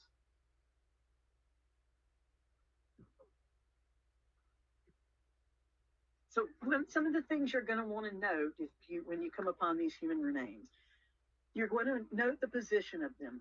Are they flexed or bundled, which is down in the bottom right-hand corner? That's a flexed burial. It's kind of in the fetal position. Is it prone or laid out, like the picture in the middle? Is it scattered on the surface, like the upper right-hand corner picture? Or is it, you know, kind of half exposed? And then we want to talk about how it was exposed. Is it laying on the surface? Did someone dig it? Or is it eroding out, like these two in the bottom left-hand corner picture are eroding out along the coast? So you want to take really good notes of that. Take pictures, because pictures a lot of times will help remind you of things that maybe you didn't put in your notes, right? So pictures are pretty important. You're going to want to look at context. Remember, context matters, right? So what are these human remains in association with? If they're wearing tennis shoes, it's a pretty good bet it's going to go to the medical examiner. It's not going to be a pre-Columbian burial.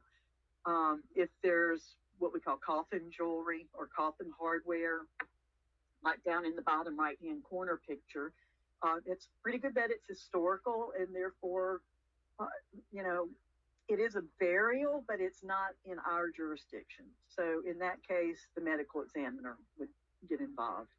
And jewelry, like a cross. I can pretty much promise you there are, you know, no cross necklaces in, you know, pre-Columbian era, unless it was just by accident, because Christianity came in with people from the old world. So that's indicative of, you know, timing. So this person obviously died sometime, you know, probably pretty recently, given the way that cross looks. It looks like it's in decent shape. So any of these cases, you would want to go to the medical examiner. In archaeological context, however, it's pretty easy to see, you know, the difference, right? So newer bones, if we look back at this one, more recent ones are going to be, you can see this is more light in color, right? Where it's been exposed and kind of bleached by the sun. Whereas these are usually going to be in midden context, which discolors the bone, usually and turns it brown.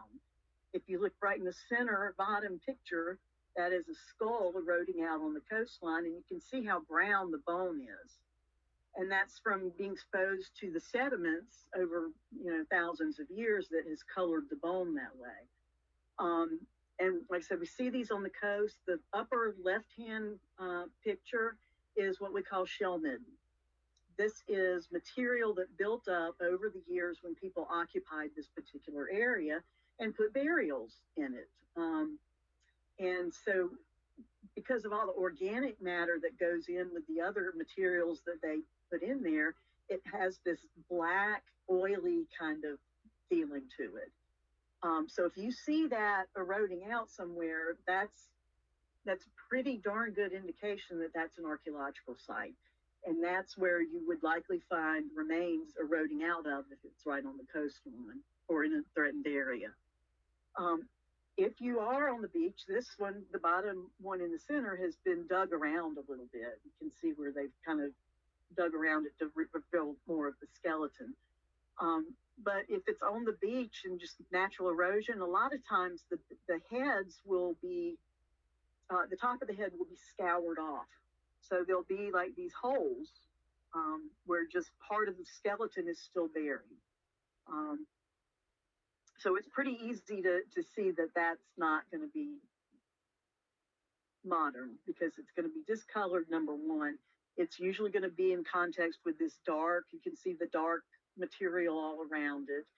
And it's eroding out from an area that would have been buried for a pretty good while.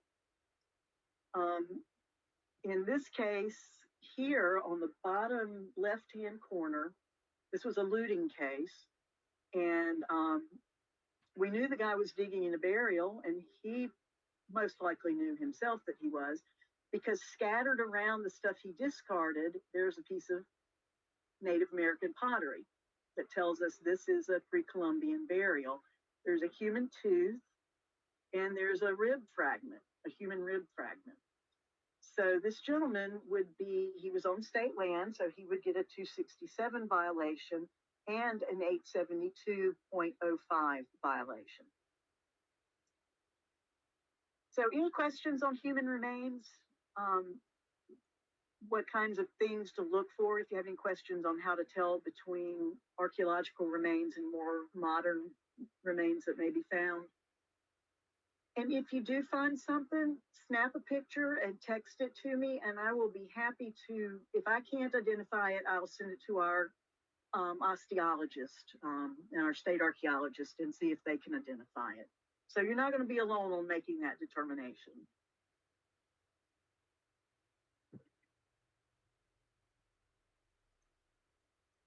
All right, so here's a handy little flow chart that basically tells you what to do. If remains are found, stop all activity in the area. Nothing else can be done. You can't drive over it, you can't dig in it, you can't do anything. You just have to stop. If you are an archaeologist or if you are a law enforcement official or officer who has been trained, a la the webinar, or you're a property manager that knows your property really well, you have the right, or you have the ability to make the decision about whether it's archaeological or is it forensic. And you can always, like I said, call me and we can figure it out, right? But if you can determine beyond your doubt in your mind that this is an archaeological burial, which would be more than 75 years deceased, then you will call the state archaeologist or call me and I will put you in touch with the state archaeologist if it's easier just to call me. At that point, the state archaeologist will decide, is it Native American? In which case, the Seminole and the Miccosukee will be contacted and asked, what do you want to do about these burials? They're eroding out on the coastline. People are looting them. What do you want us to do about it? Now, the Seminole have in the past said, well, it's nature. Nature's taking them. Just let nature take them. The problem with that, though, is, the state, we just can't let human remains be laying around on beaches, right? And people collecting them because it's illegal to collect human remains, number one, but it's just not good for the public to be exposed to human remains that are eroding out on the coast. So in cases like that, a lot of times they will agree to let us go ahead and do mitigation. We did this at McClamary Key on the Gulf Coast, where we exhumed, I believe it was 15 individuals that were eroding out on the shoreline and reburied them somewhere else where we knew they could be protected. If it's not Native American, then the state archaeologist will attempt to find any kind of, descendant community. So if we can figure out who it is, maybe trace them through their name, or may just be a community. In Florida now, we're starting to really recognize that there are a lot of Black cemeteries that, the markers have been lost or stolen in some cases, or just taken down because people wanted to farm the land. So in cases like that, we may have to work with just the Black community in that particular area. Some of these it's hard to determine too. I mean, if it's a burial from 1870 and the family is all, either somewhere else or not there, and this person really wasn't, in any way affiliated with the community that's there now, it's kind of difficult to determine what to do with that individual. But that then becomes the jurisdiction of the Department of Commerce, believe it or not. They are tasked with current cemeteries and marked historic cemeteries. So that falls outside our purview at that point. Now, if remains are found and you see them and, there's leather tennis shoes or any other kind of, hint that it's a more historic or a more recent death, less than 75 years, then you're going to call the district medical examiner. Now, he or she will determine at that point whether they think it's more than 75 years old, and then they will contact the state archaeologists themselves. So there's two possible routes to get it back to the state archaeologist if that's the appropriate place for it to be.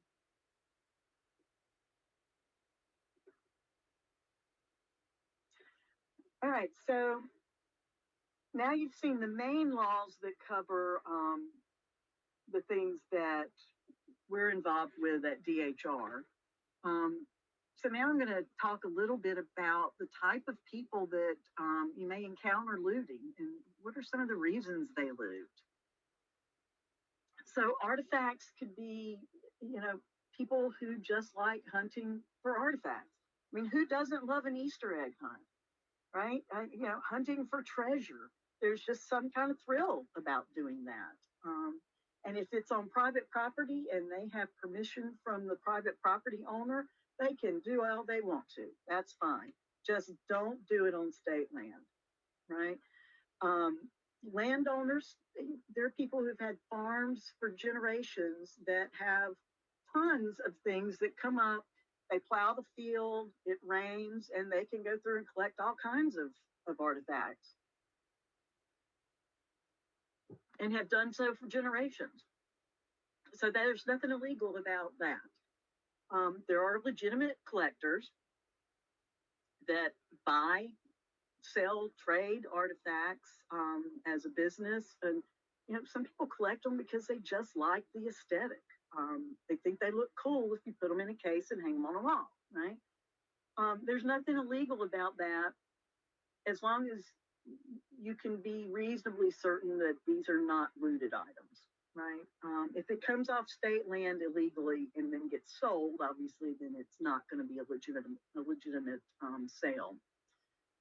There are looters that obtain artifacts from sites on public land and tribal lands and dig on private land without permission a lot of times. And they're looking to sell these items for money or trade them for some other thing of value to them.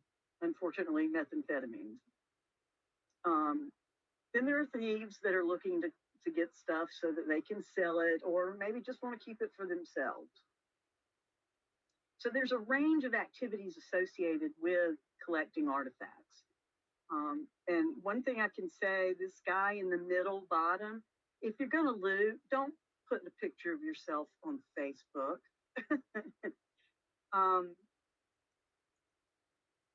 So some of the factors that contribute to this, like I said, it's a public fascination with the past.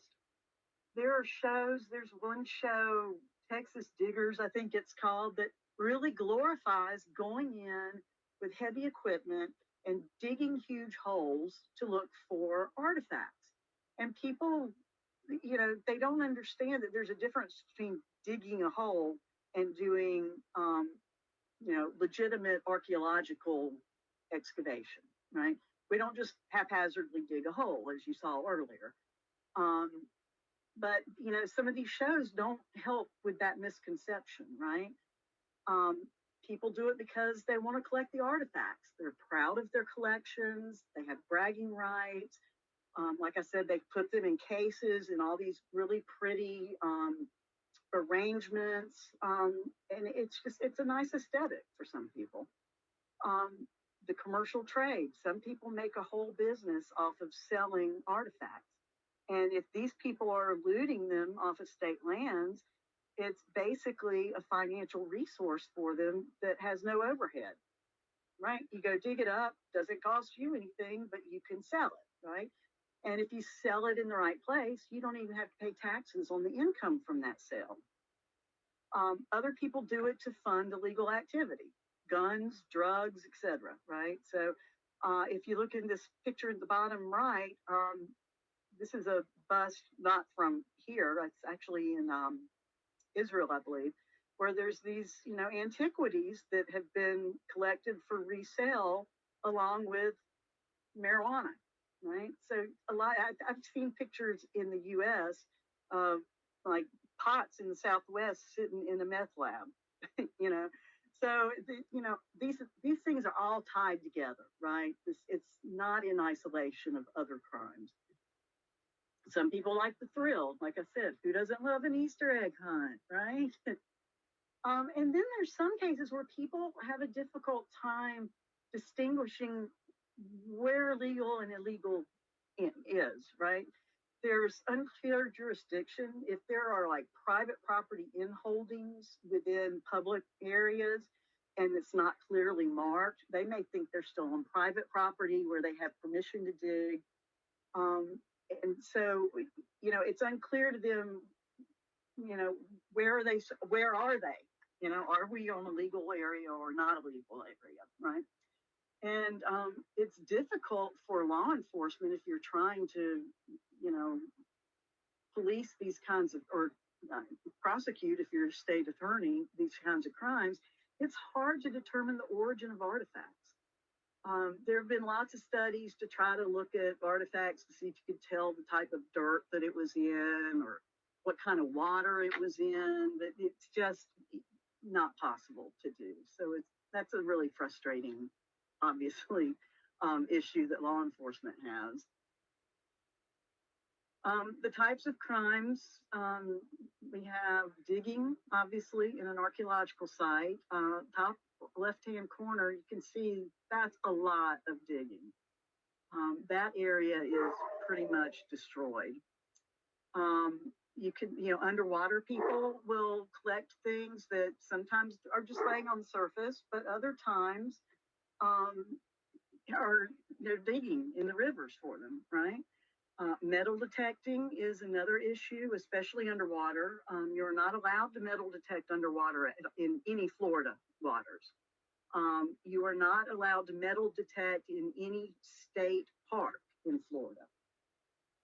There are exceptions in the coastal areas on some state properties where you can legally collect between the toe of the dune and the mean high water mark on the beach. Okay. So that's a pretty narrow strip, but people like to do that. They find coins and rings and things like that.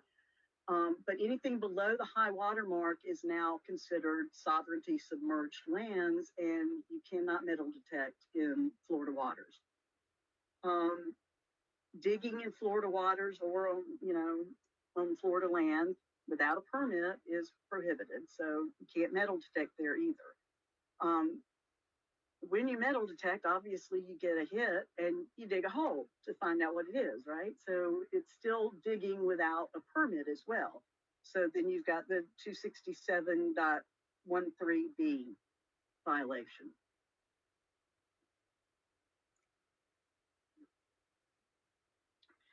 So we're going to hop back over to the fossil permit program because it's one of the biggest issues that we have had in trying to protect cultural resources in Florida waters. In the whole, I've been working for the state since 2016, and I have never seen a successful prosecution of underwater looting because of the fossil permit program. So, and I take this very personally. I worked on a case on the Santa Fe River a few years ago with a gentleman named Brad Stanley. Some of you may know him. He's in the Gainesville area, on a looting case where, and I'll show you that later, but this person got away with looting because he had a fossil permit. And even though he had a very extensive collection of artifacts at his house, he argued that he didn't know the difference between a fossil and an artifact. The locations of archaeological sites in Florida are exempt from the sunshine laws. So these locations are protected, specifically to keep people from looting. So there's another sticking point is, he argued, I didn't know there was a site there, and how could I find out, right?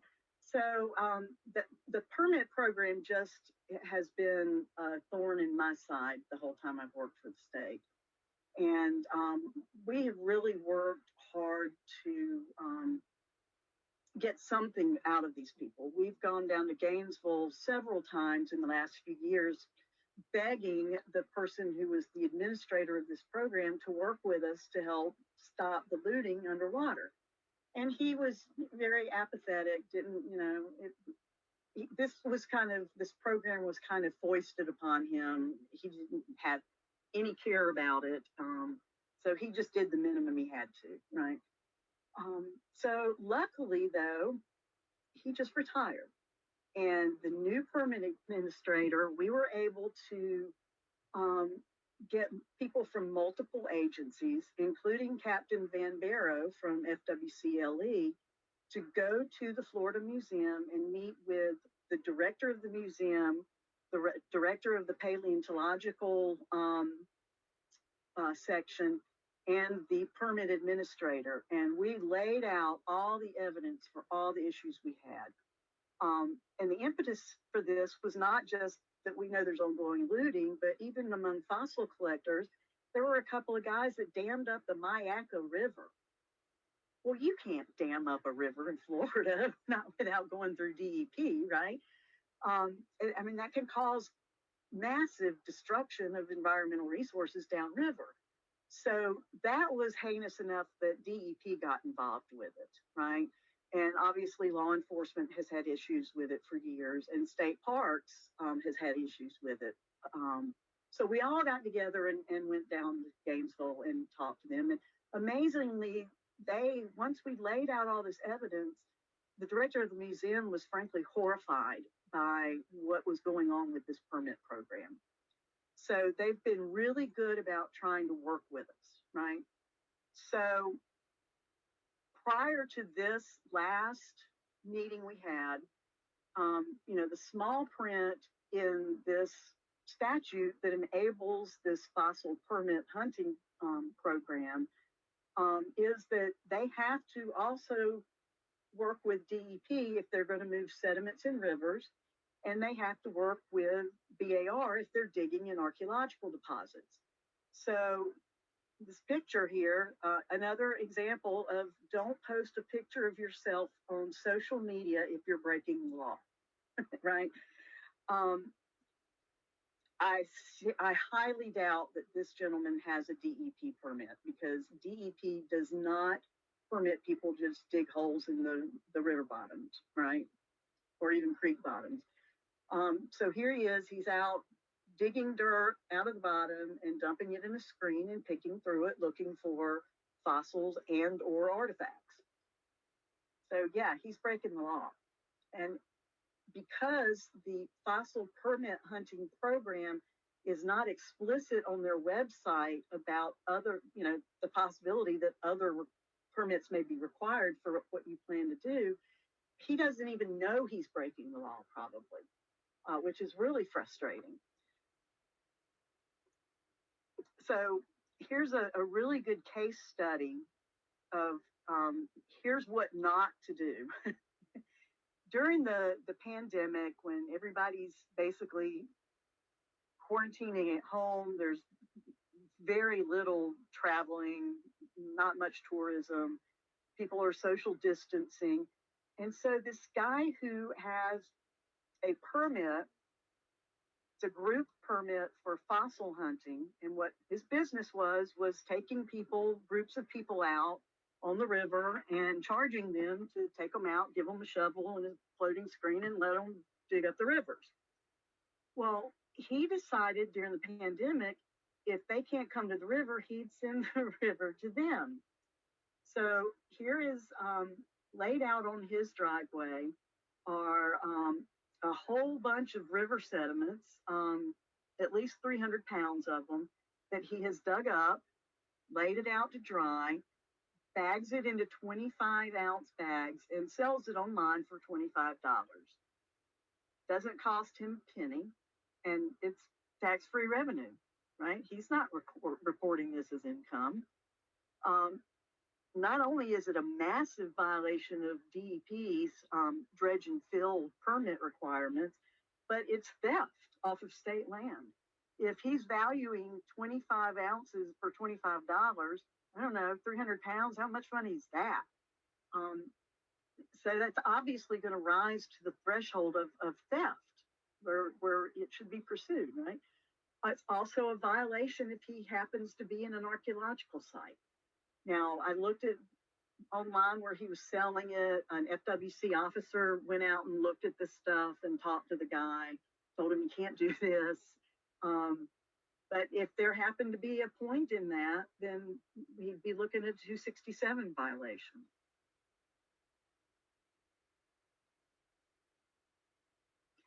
And like I said, it's a cover. The fossil hunting permit is a cover for a lot of people that loot. So I told you earlier about the case with Brad Stanley. This was on the Santa Fe River. And there was a gentleman who was parking in the same place over and over again and diving. And it just so happens he was just a little bit upriver from a home owned by a retired law enforcement officer. So the officer called FWC and said, I think there's somebody looting in the river. So FWC got out there. They talked to the guy. He said, no, I'm not digging, and I'm only collecting fossils, and shows the officer this little Tupperware container that has fossils in it that he says he collected. He has a small hand pickaxe with him, but says he's not digging. So FWC's dive team came out the next day, and he was not just digging a little, he was digging a lot. He dug a trench that was 49 feet long and totally demolished a paleo-indian site. So, I mean, it was really obvious he was digging. His pickaxe that he said at first was just to hold him still against the current so he could look for fossils. And later it was his protection against gators. But it had a nice shine, the whole thing was kind of weathered looking, except for the tip, which was really nice and shiny and well worn, which tells us it's been used, right? A lot and recently. I went with the officer to do a search warrant at this gentleman's house, and he had cases and cases and cases of artifacts, points that were obviously from the river. when a point stays in the river for a long time, the sand kind of grates against it and it sort of polishes it over time, and it'll give it this kind of brownish patina. So you can tell that it's been in the water, right? And especially on the Santa Fe, it has this weird bacteria in it that will turn things purple. So sometimes you find points that are purple because they've been in the Santa Fe River. So it was $178,000 damage assessment, which at that time was the biggest one I'd ever done. And this gentleman got off because he said he didn't know the difference between a fossil and an artifact, which after seeing what he had in his house was obviously not true, and that he didn't know there was a site there. So the fossil permit was basically his out. The good news is, after our negotiations with them, we have the ability to call them for any reason we want and have someone's permit revoked. So this gentleman no longer has a fossil hunting permit. So if he gets caught in a river again and says he's fossil hunting, then he's breaking the law. He's going to get a misdemeanor at least for not having a fossil permit. So some of the other great things that came out of those meetings, we formed this fossil permit committee in 2022. Like I said, it included DEP, Florida Parks, the Division of Historical Resources, and FWC LE. They have agreed to provide law enforcement with a database so that in real time they can verify someone's permit. So if someone tells you they have a fossil hunting permit, you can pull that up on your computer and have access to the database and see whether they have a valid permit or not. They're supposed to have the permit on them at all times, but sometimes people say, "Oh, I forgot to bring it," or whatever. So you will have immediate access to that information. Until they get that set up, though, you're welcome to call me and I can verify through the museum whether that person is legitimately permitted to do the fossil hunting. They've agreed to close off a number of rivers, but this is going to be over time. So the Mayaca now is completely closed to fossil hunting, and the Wasissa as well. The Wasissa is state protected and federally protected. So you would have to talk to the federal government if you want to fossil hunt in the Wasissa. DEP must be involved in any activity that moves sediment on the river bottom, including simple hand fanning. So hopefully that's going to knock down a lot of the digging that goes on in rivers, because it's like $300, I think, just to apply for a permit with DEP. And that doesn't guarantee you're going to get the permit, right? Obviously, they can't collect artifacts during that without a permit. And only items that are clearly on the surface of the riverbed can legally be collected without permits from one or both of these other agencies. Anyone that appears to be abusing their fossil hunting permit can be reported to law enforcement, and you can report it to me until we get the database system all set up, and I can have that person's permit revoked. We actually had a case not long ago in the Osceola, I believe it was, where a guy said he was fossil hunting, but he was acting a little sketchy, didn't want the officer to board his boat, didn't want to show him any of the fossils he got. So while the officer couldn't cite him with anything or charge him with anything, I had his permit revoked because he was acting sketchy. If the officer felt like he was doing something nefarious, you guys have worked with people long enough that you can tell when somebody's not, necessarily doing the right thing. And so I had his permit revoked. So this gentleman can no longer collect fossils in Florida waters. And anytime you have any kind of a case like this where someone is, looting off of a site under the auspices of the fossil hunting permit, please give me a call immediately, Because like I said, we can revoke their permit, we can get in touch with the museum and make sure that they do all they can to help us with cases like that. They are also going to redo their website so that it makes it more explicit what kinds of activities are going to require permits from other agencies. Now, if you don't have a DEP permit, it's administrative penalty. I think it can be up to $10,000 per day. I don't deal with DEP that much as far as their permitting, but it's pretty expensive. But there's no criminal charge involved with it. Whereas if you're collecting artifacts, then you've got the third-degree felony charge under 267.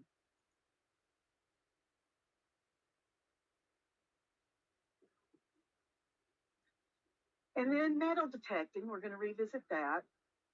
Not allowed on state parks.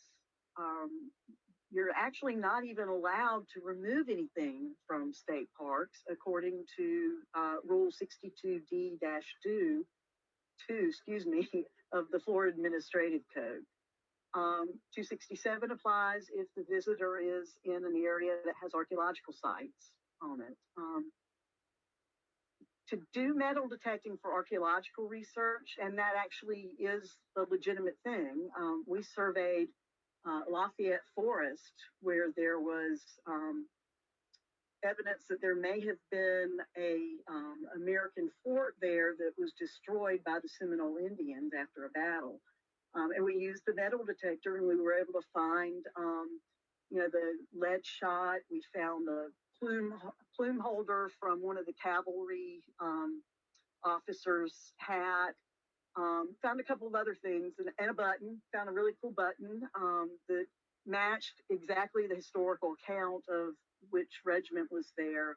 And we did that. We could not have found that without the metal detector. So it is legitimate to use those for research. But if you're doing it for archaeological research, you must have a permit from BAR. You are allowed to use a metal detector if you contact the land manager and you say, I lost my wedding band, and I'm pretty sure it's in this area. Can I use the metal detector to see if I can find it? And, the manager's going to say, he's going to say, sure, no problem. Don't worry about that, If it's recreational purposes, like I said, people like to metal detect on the beach.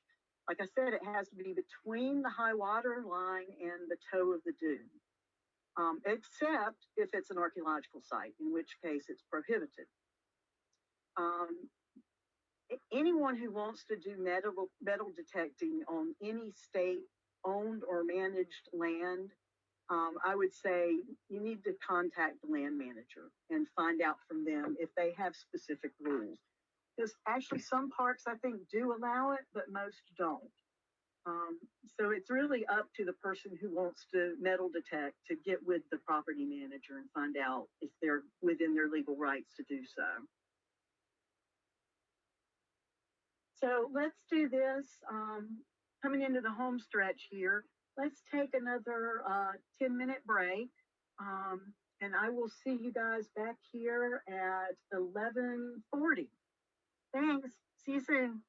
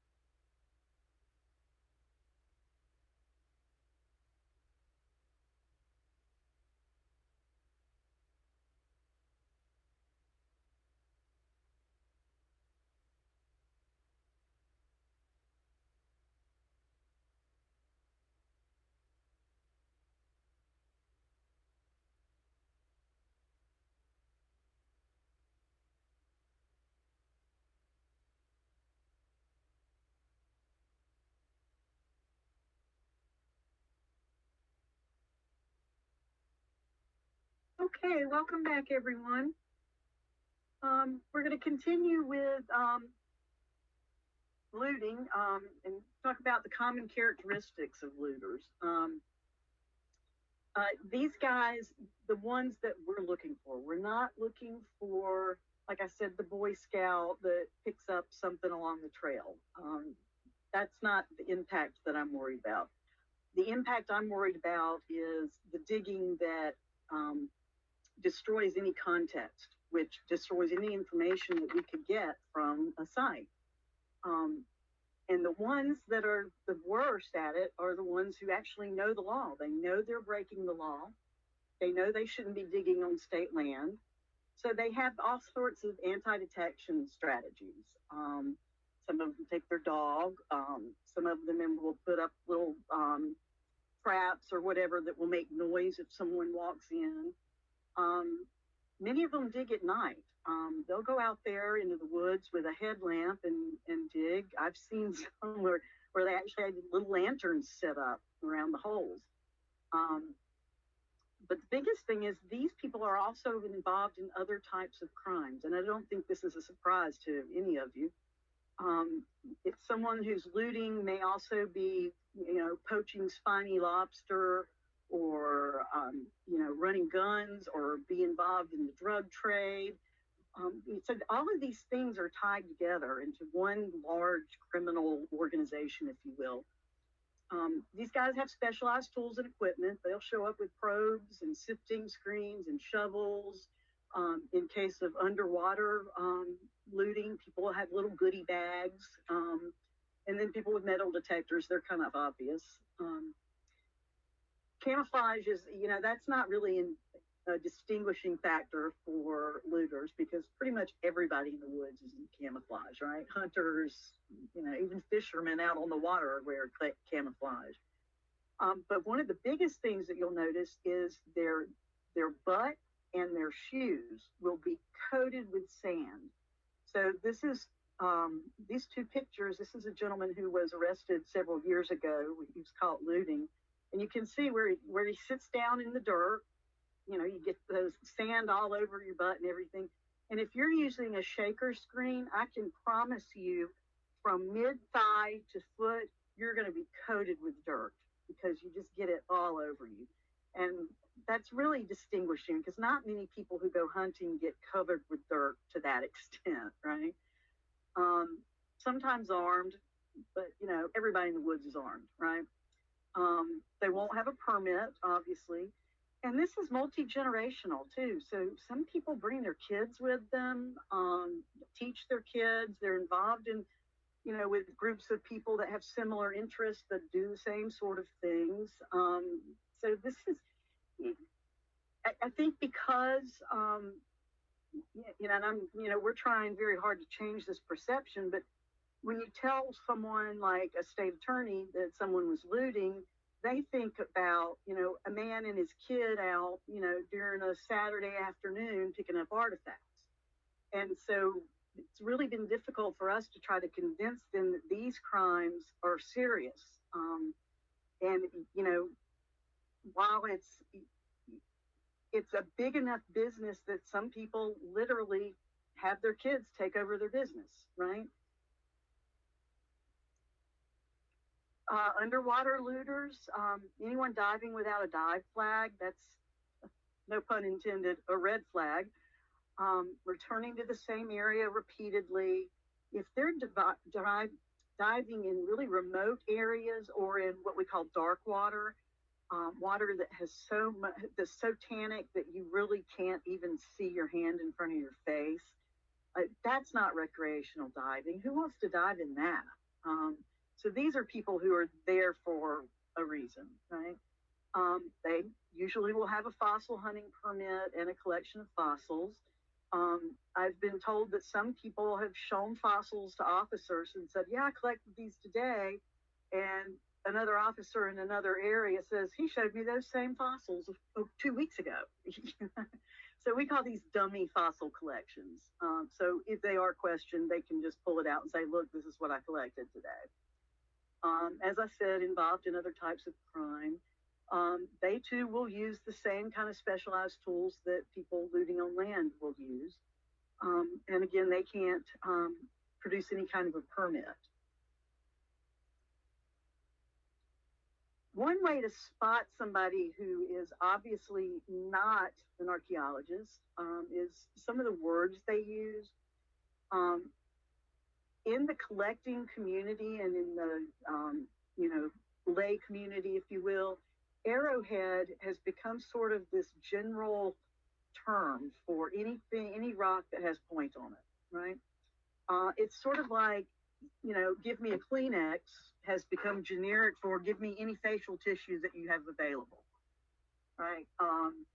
So if someone continually says arrowhead, they're looking for arrowheads, they find arrowheads, whatever, they're not a legitimate archaeologist because we will call them points or bifaces. If they say they found a chopper, typically people think that the blanks or the preforms that I showed you earlier are big choppers. They're not, they're preforms. So we would never refer to them as a chopper. If they say pottery shards, shards are glass. Pottery breaks into sherds. So if they tell you they're looking for pottery shards, they're not an archaeologist because we look for pottery sherds. If they use the term tomahawk versus an axe or an adze, they're probably not legitimate. And coming out of that show from Texas, that the diggers show, they use the slang word juice for artifacts that they found. I have never heard anyone use that here, but I've been told that that word is used here in some cases. So if someone says they're finding some juice out there, then they're probably not a legitimate archaeologist. The biggest thing is they're going to lack most of the common equipment that archaeologists have. We're going to come out, we're going to have rulers and measuring tapes. We're going to have a bunch of plastic bags. We're going to have a notebook full of forms or clipboard with forms on it. We're going to have trowels. We're going to have shovels. We're going to string off our unit. And I don't think you can see it very well on the bottom picture. They're using yellow string, but the top, you can see there's a pink string with little flags on it all the way around this gentleman. We will set up our squares with those strings on the surface, and that guides how we dig all the way down the unit, so we can ensure that it's straight walls and perfectly square through the whole excavation. Looters don't do that. Like I said, we excavate in square holes. We don't do round holes. The only exception to that is shovel testing. If there is a company, a CRM company, like this bottom picture is Search. They're a big cultural resource management company here in Florida. They will do testing. So they will dig a hole on, say, a 20-meter grid. So every 20 meters, they'll dig a hole. It's usually 30 to 50 centimeters in diameter and a meter deep, or 3.3 feet deep. And it's very systematic. So you can still tell a shovel test from just someone just digging a hole because of the way it's dug and the fact that it's on an interval, that's measurable. But that's the only time that we dig round holes.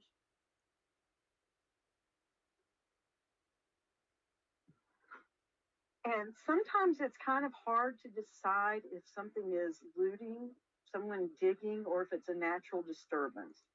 Some of the common things that you're going to see are armadillo burrows. Now, these little guys, they typically like hard surfaces to dig their burrows next to, like the foundation of a house, or like this one on the upper left-hand side between tree roots. They just tend to like those types of areas. So if there's some sort of hard surface there, that's probably a good indication that it's an animal burrow at least. But typically they're 7 to 8 inches across the holes, and they will match the kind of roundish, roly-poly kind of shape of the armadillo. You can see where they've dug out some of the earth, like on the bottom left-hand picture, where it's kind of splayed out from the burrow they've dug. But usually you don't see that much. Usually it's not like a tortoise burrow would be. The gopher tortoise, like I said, there's this, you can see in the bottom right-hand picture how all of that material is splayed out across a pretty good area. Their holes tend to be flat on the bottom and kind of rounded on the top, which matches the shape of the tortoise. And when we're out doing surveys and stuff, gopher tortoise holes are really great because they actually are digging kind of a shovel test for us. A lot of times, if they're in an archaeological site, we'll see potsherds and flakes that they kick out as they're digging their burrow. But don't ever put your hand in a tortoise burrow because there are all kinds of other things that live in with them. You know, rattlesnakes being the most dangerous, I would say. They tend to cohabitate. I guess they like each other. Wild hogs. Oh gosh, these guys do so much damage. Just rooting around looking for things to eat. You know, the bad news is it does a lot of destruction on the surface. The good news is they don't typically go deep enough that they actually disturb archaeological deposits. So they're not necessarily a threat to archaeological sites as much as, say, a tortoise burrow would be. But they do quite a bit of damage. Looting, on the other hand, looks very different. These holes, a lot of times, are going to be kind of haphazard. They're going to be maybe clustered multiple holes in one area. They're going to be different shapes, not necessarily the shape of an animal that may be digging a burrow, right? So as you can see, these are pictures of some pretty heinous looting that has been done. And, you know, sometimes you see that they leave things behind. There seems to be something about looting and Mountain Dew. And it seems like I find Mountain Dew cans or bottles at every site that I do a damage assessment at. Which kind of bothers me because I'm a Mountain Dew person. So, but beer cans sometimes, but mostly it's Mountain Dew or some sort of soda. So the hole that these guys make, or girls, they're indicative of a very distinctive digging styles. And you can really tell the experienced looters from the inexperienced. So if you look on the top left-hand side, this almost perfectly round hole that is pretty level on the bottom, amazingly. This person, the way they're digging is they start in one spot and they just go straight down with their shovel into the dirt, and they turn as they do it. And as they do that, this whole kind of spot in a spiral type formation will get bigger and bigger and bigger. And what they're doing is that as they shave the edge of that hole, they're listening for that very distinctive tink kind of sound from hitting a rock, which, I mean, it's a really obvious sound if you know what to listen for. And so that's how they're trying to find artifacts. And that's a pretty thorough method, to be honest. You don't miss very much using that method. Another one is to find a place that's on a kind of a slope. Doesn't have to be a big slope, but just something sloped enough that you can dig straight in and go under the root mat. Instead of having to cut tree roots and all that other stuff, they just go under that and will dig out sometimes these large areas under the surface that you have to kind of be careful walking up on because it can collapse under your weight. That's a really typical method. It's not necessarily as good at finding artifacts as the first method, but it's pretty effective for quickly digging a hole without having to deal with the roots so much. And then on the bottom, this is what we call a meth hole. And that's not a phrase that I coined. I inherited that. These are holes that are usually done by people who seem to be desperate. They aren't very deep. They're random. It's like 4 or 5 shovelfuls out of the hole and then move to another area, which kind of suggests that these people are really just looking for something to trade for drugs or money or whatever. And they're not willing to take the time to be as methodical as these first 2 methods that I described to you. So anyone using method 1, I would definitely say is an experienced looter. Method 2, also experienced. Method 3, not so much. So if you see the holes that, like I said, that we call meth holes, you're usually dealing with someone that is not really well connected with other people, or if they are, it's through some other trade other than artifacts. Other evidence to look for if you're trying to decide if it's a looter pit or a natural disturbance: shovel scars, as you see on the far left top. Finger scrapes where people are rubbing the dirt aside as they're looking for something. Shovel imprints. Footprints are a pretty obvious one. Discard piles. These are, and I have no idea why people do this. I mean, it's nice because it helps us out a lot, but they will, as they're digging, they'll get stuff and they'll decide they don't want it and they throw it into a pile, in the same pile, the whole time they're digging.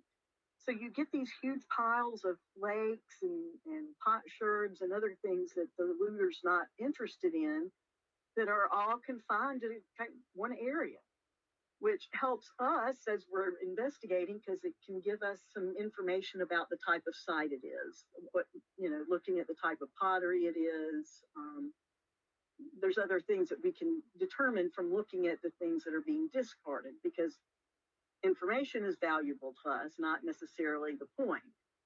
And I don't know why people do that. It's interesting, but if you see a pile of flakes and potsherds near the hole, that's going to be a discard pile, and that's pretty good evidence that it's looting and not natural disturbance. So you've heard me talk over and over again about how this is all part of, other crimes that are going on. So the artifact, the black market in archaeological materials it's a really, really complex network. This network moves illegally obtained artifacts from excavations to buyers. Often these products are illicit, and it moves other products along with these illegally obtained artifacts. So like I said, drugs, guns, poached animals. This market is very much consumer driven, just like any of the other materials that move through the system. If there's a demand for something, people are going to be willing to supply that demand. And in some cases, even if it means doing illegal or engaging in illegal activity. It's really, really hard to get in with these groups now. About a decade ago, there was a huge undercover operation that FWC LE did, this huge bust called Operation Tamukwa, where they got into these groups with these people who were looting and amassed all this information, and they simultaneously on one morning arrested 12 people all across the state of Florida and one in Georgia, confiscated over $2 million, I believe it was, worth of artifacts. And there was something like 77 felony charges in that operation. And since that time, these groups have really become much more closed and much more suspicious of any new people that show up. So it's really hard to get into these groups to do any kind of undercover work. But these guys are engaged in what I call artifact laundering, is making an illegal artifact basically legal, or at least appear legal. So as you see in the red down here, the looters who are looting on state property or on private property without permission, they know they're doing something illegal. And they are in turn selling these things that they get to distributors. Distributor can be someone who runs a little convenience store down on the corner of the highway. And this person may also be a supplier or a distributor for drugs or other illegal materials. The distributor likely knows that these are illegally obtained artifacts. But then the distributor is going to turn around and they may sell themselves, but usually they'll bundle all this stuff together and get it to all one seller. Well, the seller may purchase or he may sell these things on consignment, but he doesn't want to know where they're from. You know, you can tell me they're from Florida. That's all the detail I really want. I don't want to know what property it came off of, the address, nothing. So now they can say they don't know anything about the artifact. All they know is it was for sale and they assumed it was legal. So that gives them this like plausible deniability, I guess. You know, I had no idea this was illegal.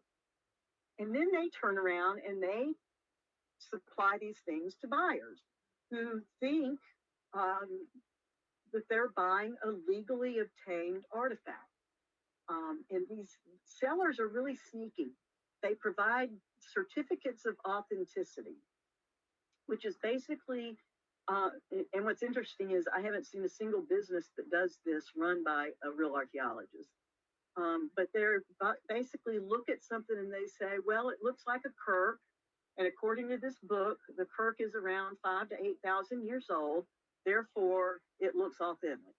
It's a real kirk point dating to this around this time frame. That certificate, wow, having trouble with that word, certificate of authenticity, though, also kind of it suggests that what you're buying is a legal item, although it, you know, that certificate doesn't say where it came from, any information other than it looks like something that is this old. But it does give that air of legality to it. So the consumer or the buyer most of the time has no clue that they're buying something that's been illegally excavated off of, you know, lands they weren't allowed to excavate on. So you can see that the only place where law enforcement is going to have any chance of getting these guys is at the very bottom, at the stage of the looter. Because once it gets past the distributor, you can't prove whose hands it passed through. You can't prove where it came from. And, you know, by then you know, you just can't make a case on that. So that's why I focus a lot on the looting aspect of it. If you can get them, you know, on the ground, no pun intended again, before they get the artifacts out and get off of the property, then that's where you have a pretty darn good case against them. So this market runs on a cycle, and like I said, it's consumer driven. So you have the buyers that basically drive the looters. So the looters are going to get the materials and give them to distributors. The distributors are going to give them to sellers, and the sellers are going to give them to the buyers. And the buyers are going to want more, therefore they're going to have more people looting, right? It's kind of a vicious cycle, just like any other, I think, cycle that, you know, other illegal materials move in. But let's start here. The looters, they're the ones that are actually on the ground digging. Now, one of the differences between these experienced looters, which are the ones that we really want to focus on, is they know where the sites are. They have good networks of communication. And I have started tracking, as I've worked on cases with law enforcement, I've started tracking known associates. And the same names keep popping up over and over again. These guys are all in touch with each other. They all share tips. They all know where the sites are. And they're digging for the big stuff. They're looking for the old points that are worth thousands of dollars. Whereas what we see with the people that you know, are more the haphazard digger. They're just desperate to get some quick money. And most of them have no clue where the sites are. They're just randomly digging holes in hopes of finding something. These experienced looters can cause significant damage. It's ridiculous. And you'll see in one of the case studies after this, the amount of damage sometimes is staggering. Like I said, they're part of a network or community. They have all these different connections, and some of them have gotten really savvy. They're still able to communicate through social media, but they know what not to say, right? They would never get on there and say, yeah, I pulled this out of the Florida River. If they're dumb enough to do that, then hopefully I'm going to see it because I check Facebook for that kind of stuff, and I'm going to turn it into you guys. There's one group on Facebook, shipwreck group, that I joined just to see what people are doing. And within the first week of joining, I had 3 different cases of people looting off of shipwrecks in Florida waters that I handed over to law enforcement. So apparently the shipwreck looting community hasn't figured out yet that what they're doing is illegal. But word will get out now after this. And like I said, these are most of them are motivated by consumer demand. Certainly the really experienced big time looters are looking for items to make money on, and they are meeting the demand of buyers. So these go then to the distributor. These folks will, you know, it's well known within that localized community that here you take all your stuff to this place. I know that Dade City has a pretty big reputation for being an area where a lot of people go to sell their artifacts that they've dug up. There are, you know, it could be a city where there are multiple people involved in this, or it could be, you know, the guy that owns the gas station at the corner of the highway, right? This is often a nexus for multiple other activities. So this guy's bringing in his points. He's also bringing in, you know, poached deer meat or something like that. Maybe selling guns. Who knows? Maybe receiving drugs in return. So there's this like a crossroads, if you will, of where the stuff is funneled through in both directions. You know, artifacts for money, artifacts for drugs, artifacts for guns, whatever. These folks are really super secretive. They're never going to talk in front of other people about artifacts, about points or anything else, because they've been spooked, number one, but they're smart enough to know that they need to keep their head low and stay below the radar.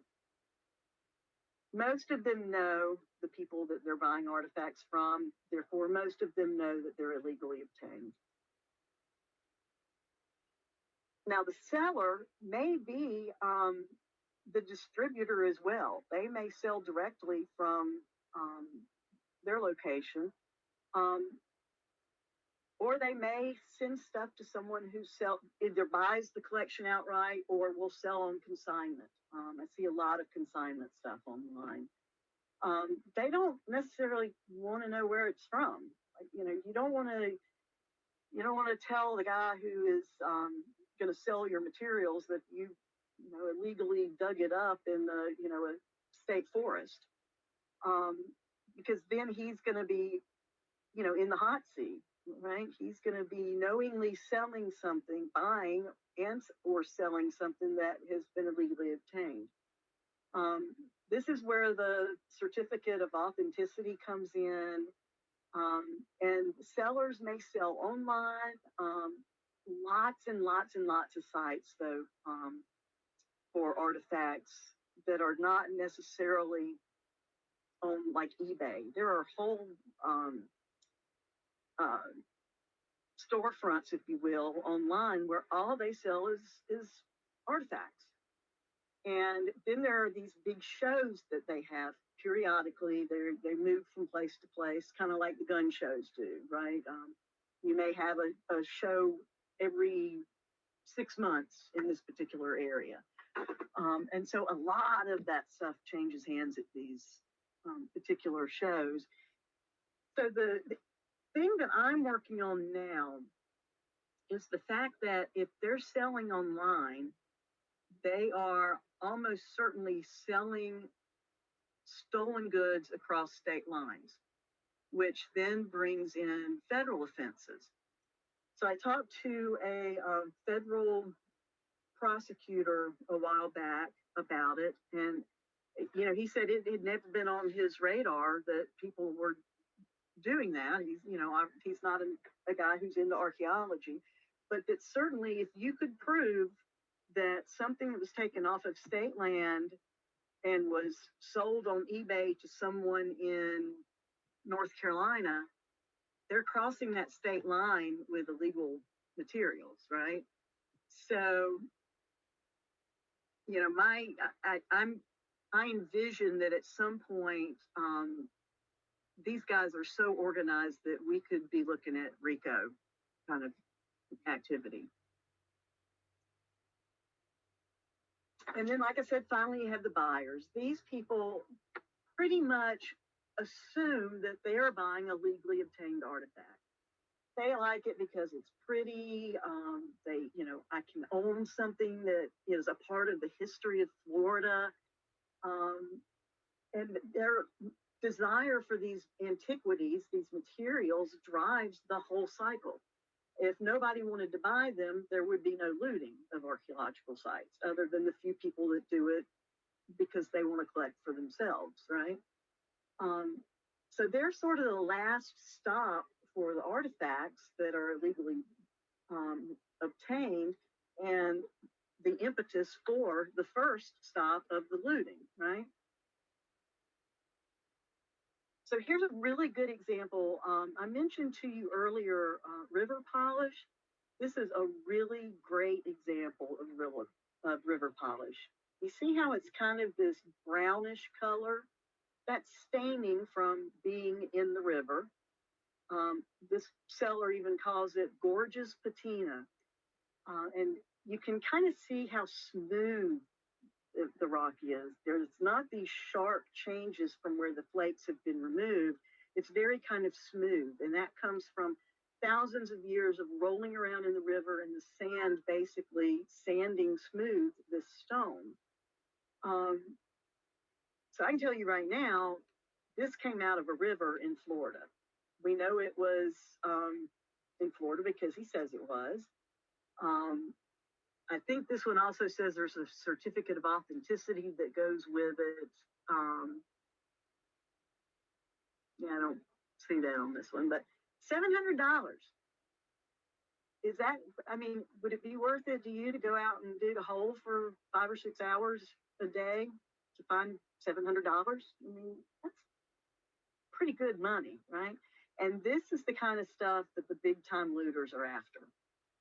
They want these big, expensive, beautiful points that they can turn around and sell. And you can do a Google search for Florida Florida artifacts for sale. You'll get a ton of sites. It's really upsetting almost. Now, the one thing that does make me feel good is that there are a lot of people out there that are forging artifacts, flint knappers that do, really beautiful work, that are putting things online as if they're real and selling these, newly made points that look like paleo-indian points that are 10,000 years old for thousands of dollars. And, the buyer just doesn't have a clue that what they bought is something that was made a week ago. And I see a lot of that on eBay, which really makes me feel good that, somebody's getting duped, and, it's not the state this time, right? So I referenced Operation Tamukwa earlier. Tamukwa was a 2-year undercover operation It was FWC in association with Department of State, in particular the Bureau of Archaeological Research, or BAR. 13 people were arrested in 2014. And you can see there's just bags and bags and bags and bags of artifacts that were confiscated during the arrest of these individuals.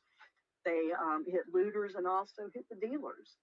They were able to get to the people who were buying from the looters and reselling.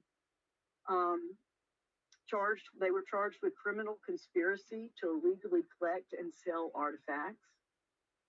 I'm sorry, I told you earlier less than this. There was 400 felony violations and $2 million at least in artifacts. Some of these things priced as high as $100,000 that people have obtained for free off of, state land and sometimes private land where they didn't have permission to dig. They were dredging rivers, digging large holes, much of it on Florida land. They had collected a ton of burial goods. So if you see someone that has a whole Native American pre-Columbian pot that they say they got in Florida, it came out of a burial context. Like I said, you don't leave your good china behind when you move. So the only time you're going to find these really high quality pieces are because they are in the context of burials. So they're not used other than to be put in with the deceased person, right? So there were a lot of materials that were obviously burial goods.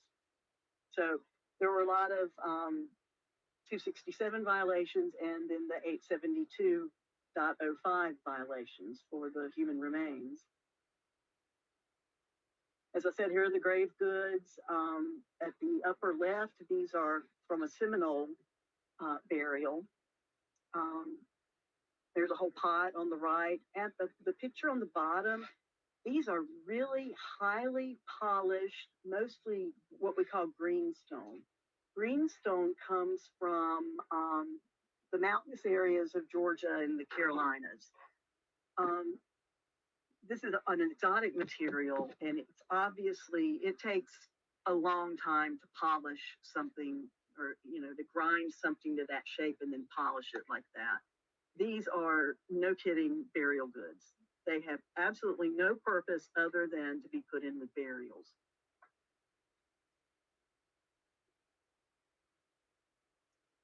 Here's a couple of examples of some of the stuff that was moving through. So here we have on the top left-hand side, this is kind of on the low end, right? These are the people who are just looking for something to get a quick buck for. So here's some not so attractive things that were purchased that came out of the Swanee River. I mean, they're not very attractive, right? So they probably got, $10 for all of that, right? They're not all that great.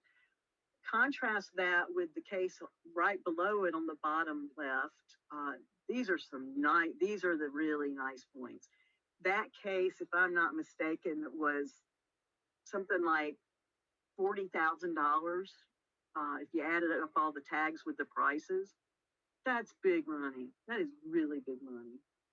And on the left, or on the right-hand side, I'm sorry, you can see that's our old Secretary of State, Betzner, is looking through some of these cases of the Timucua items that were confiscated.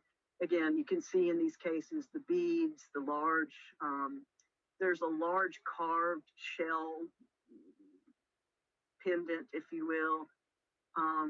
I mean, they don't leave those things behind unless it's in a burial. You can see, trenches dug in the river bottoms, massive holes dug on, in land sites, significant damage from all of these people. And so Timucua was a huge deal. I was still in graduate school when Timucua happened, and I mean, even among graduate students, when we heard about it, we were cheering. It was one of those things that just really made everyone in the archaeological community finally feel like, we're getting something done here. Luckily, the state attorneys had all been in on it, so I don't know that many of these cases were totally dismissed. So that made us all very happy.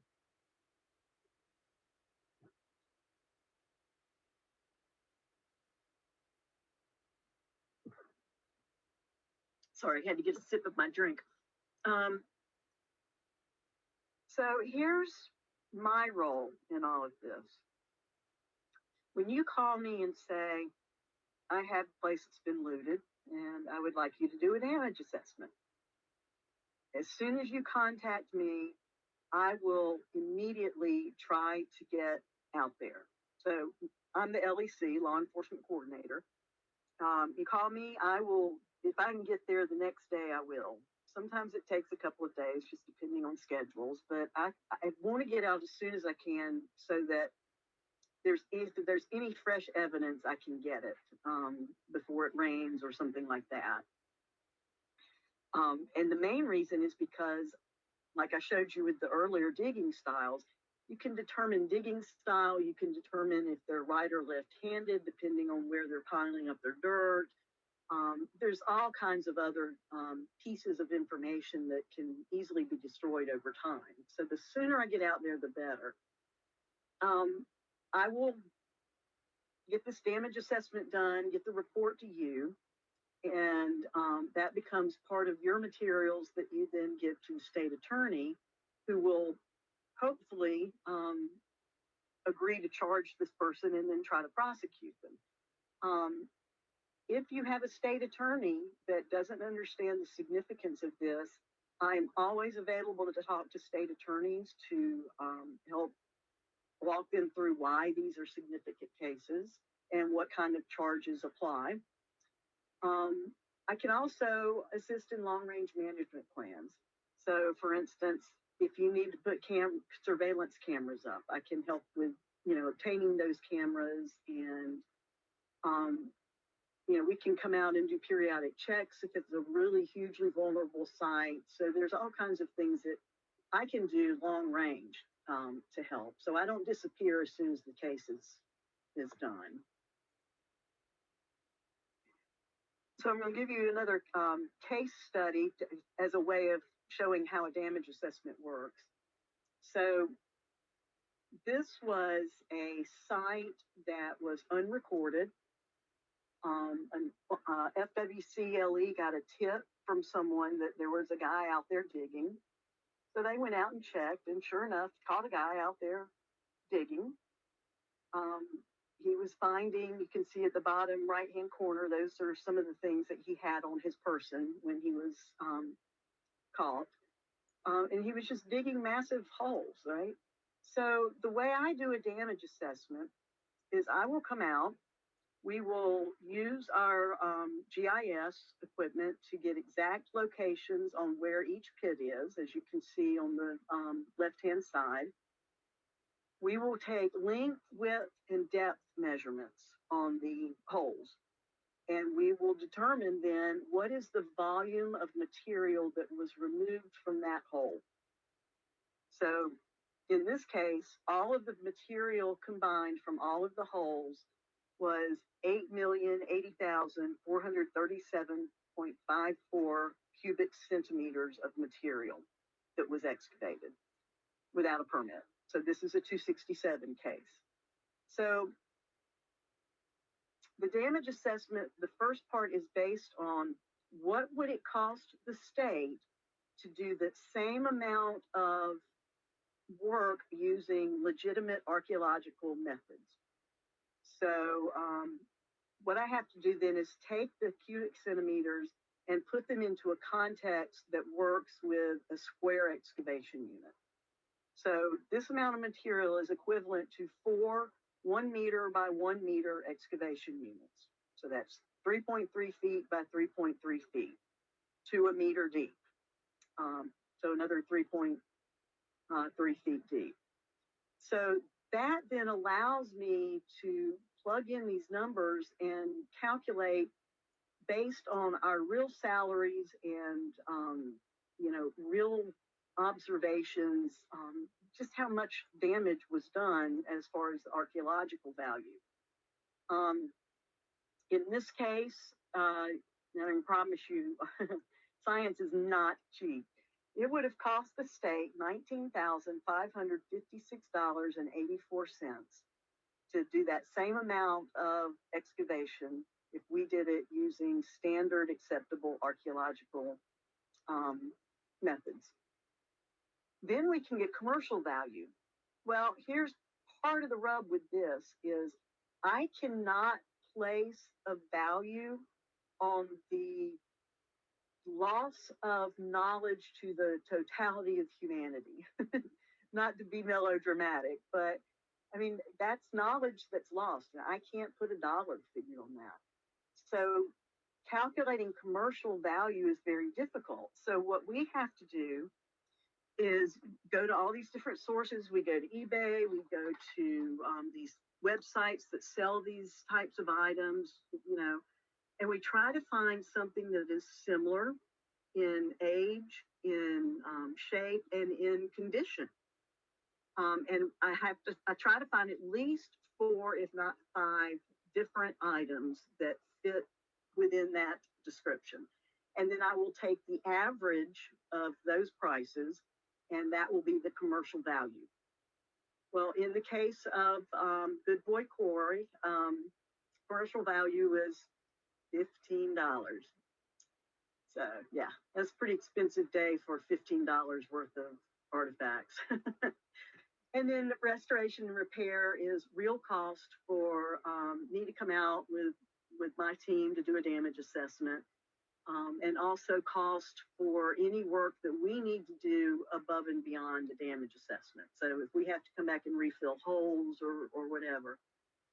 It also includes an automatic $500 for trail cams.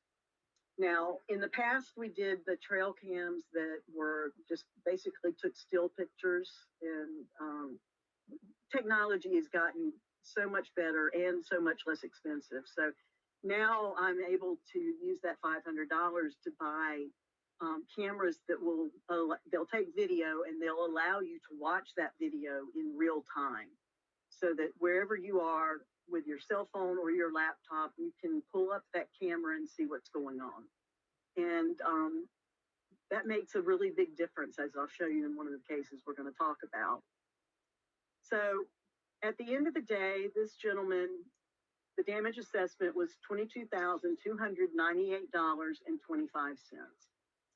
So this individual ended up pleading guilty, and he was charged or ordered by the judge to pay reparations to the state of Florida in that amount. So this gentleman, he has to make monthly payments. So those checks come to me, and I then can, note that I got the check for that month and send it on up to accounting, and they can put it into the Florida general fund. The problem is, most of the time, these people can't pay. And, I got maybe 3 checks from this guy, and then, he was done. So I followed up on him, and he was in jail. So, getting the monthly restitution, sometimes it looks great on paper as far as a judgment in our favor, but it doesn't necessarily translate to real money that's coming in.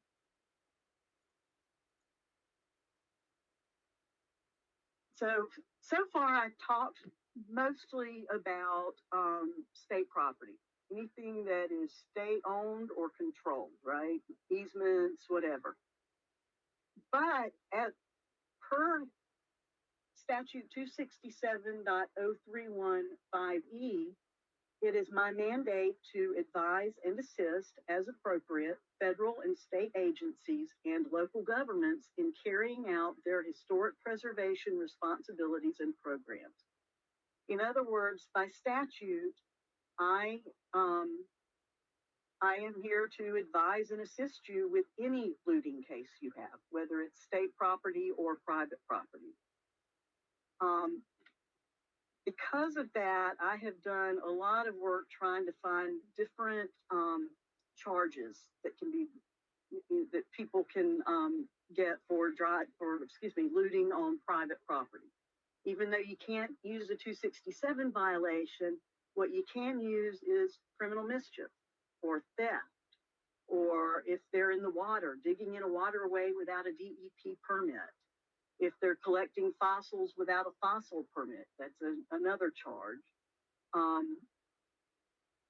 I have done several cases that have been on private property and a couple on county property. And I'm going to talk about one of those cases soon, but this Hillsborough County case that I'm going to talk about now, this guy was on private property. FWC arrested him. They requested my assistance because they could use the criminal mischief charge if it meets the threshold of $1,000. If the damage is over $1,000, it's third-degree felony, which is the equivalent of a 267 violation. So I came out and did a damage assessment. This was our test case to see if the SA would actually take that damage assessment and allow that to be used as an assessment for, other than just having heavy equipment come out and fill up the holes, right? I cannot ask for reparations in that amount. I can only calculate the monetary amount of damage to that archaeological site. It was accepted. The state attorney charged the guy with criminal mischief over $1,000. And so for me, that's a huge win, because now, it used to be, typically it was just a simple trespass if you were digging on private property. But using this particular statute, we've been able to have a lot more teeth in protecting resources on private land. And I have to credit an officer in South Florida, his name is Malachi Wilkins, who actually suggested this to start with. So I have to give him credit for figuring out that we could use this charge.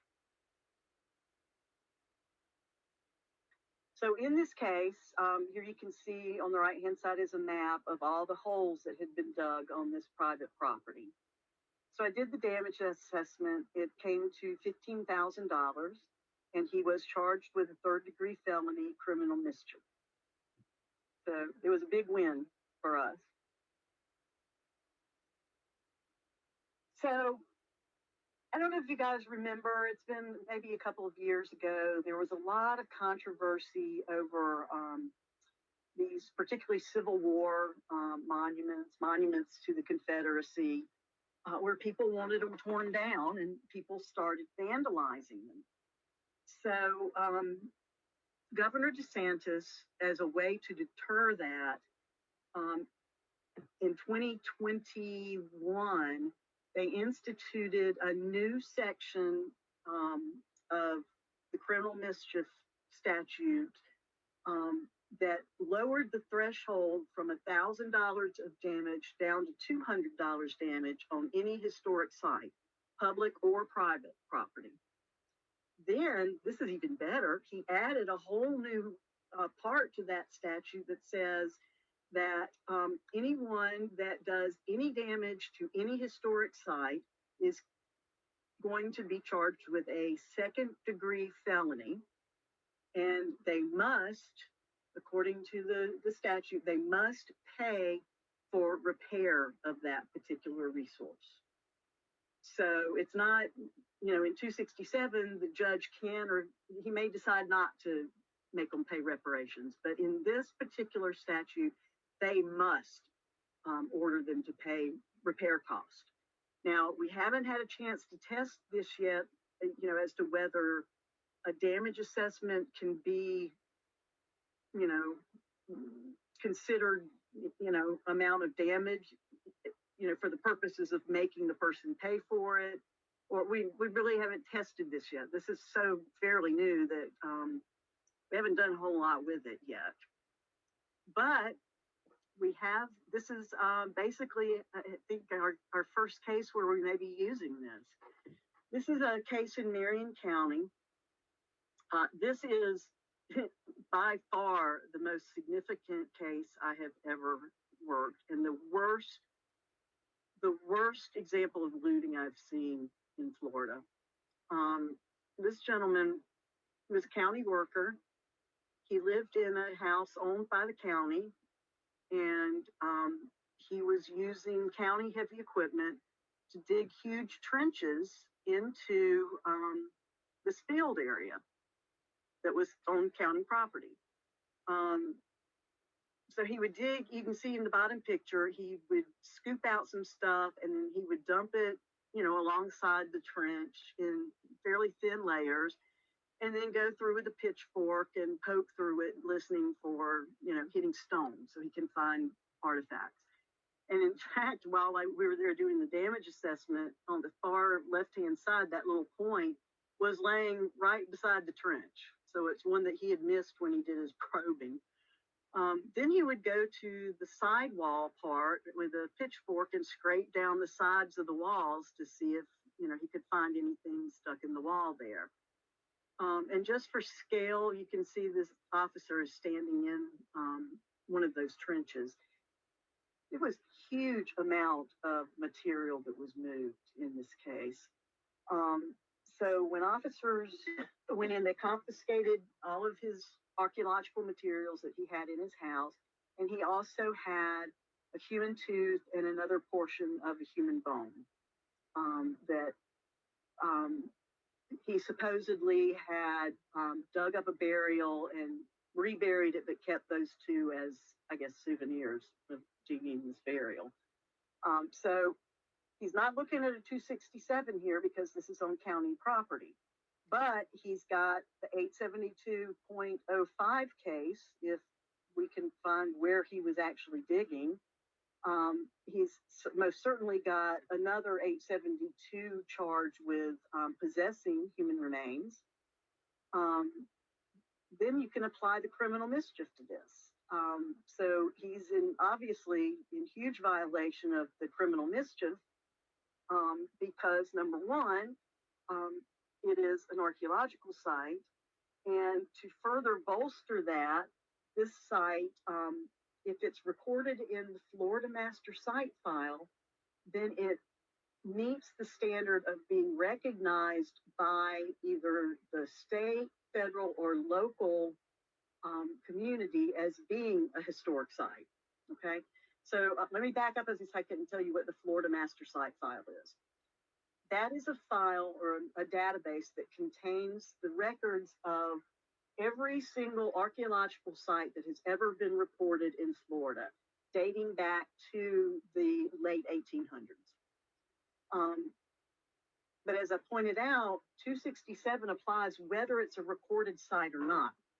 But this criminal mischief charge says it has to be recognized. Well, if it's in the Florida Master Site File, it is recognized by the state as legitimately being a historic site. So this was actually an unrecorded site. So I recorded it with the help of the officers. And just an aside, if you find a site and no one has recorded it before, you get to name it, which is kind of cool. So they settled on Orange Blossom to name the site. I got it recorded, and in the meantime, this guy was still digging the trenches and looting. So we were able to get it recorded before the looting stopped, which was, gave them the teeth to charge this guy with these criminal mischief charges. So in the end, when they arrested him, my understanding was he was charged with 8 felonies and 6 misdemeanors. Or no, 4 misdemeanors, maybe. In any case, it's a huge win for the resources, which is my main concern. It's a win for the county because, now they can show that if you're going to loot in the county, you're going to get busted and it's going to hurt. That criminal mischief charge that's a second degree felony has more teeth than our 267 statute has as far as protecting resources. So use that one as much as you can, certainly. The damage assessment, it was 8 felonies, I'm sorry, and 4 misdemeanors. $1.35 million in damage. I have never done a damage assessment anywhere close to that. The second biggest one was the Santa Fe River case that was, what, 117,000. It just blows my mind, the amount of damage that was done at the site. So we're going to finish up a little bit early, it looks like. Good thing. So here is a table. I emailed this to all of you last night, along with your handbook of diagnostic artifacts. It does have links to the actual statutes for the violations and the penalty sections. This is basically everything I've come up with so far that can be thrown at a cultural resource crime.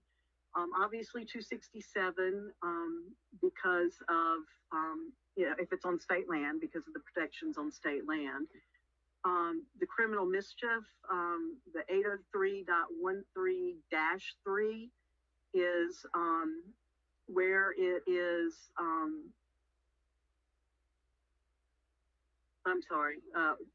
13-4 is where they have dropped the damage threshold to $200 if it's a historic site.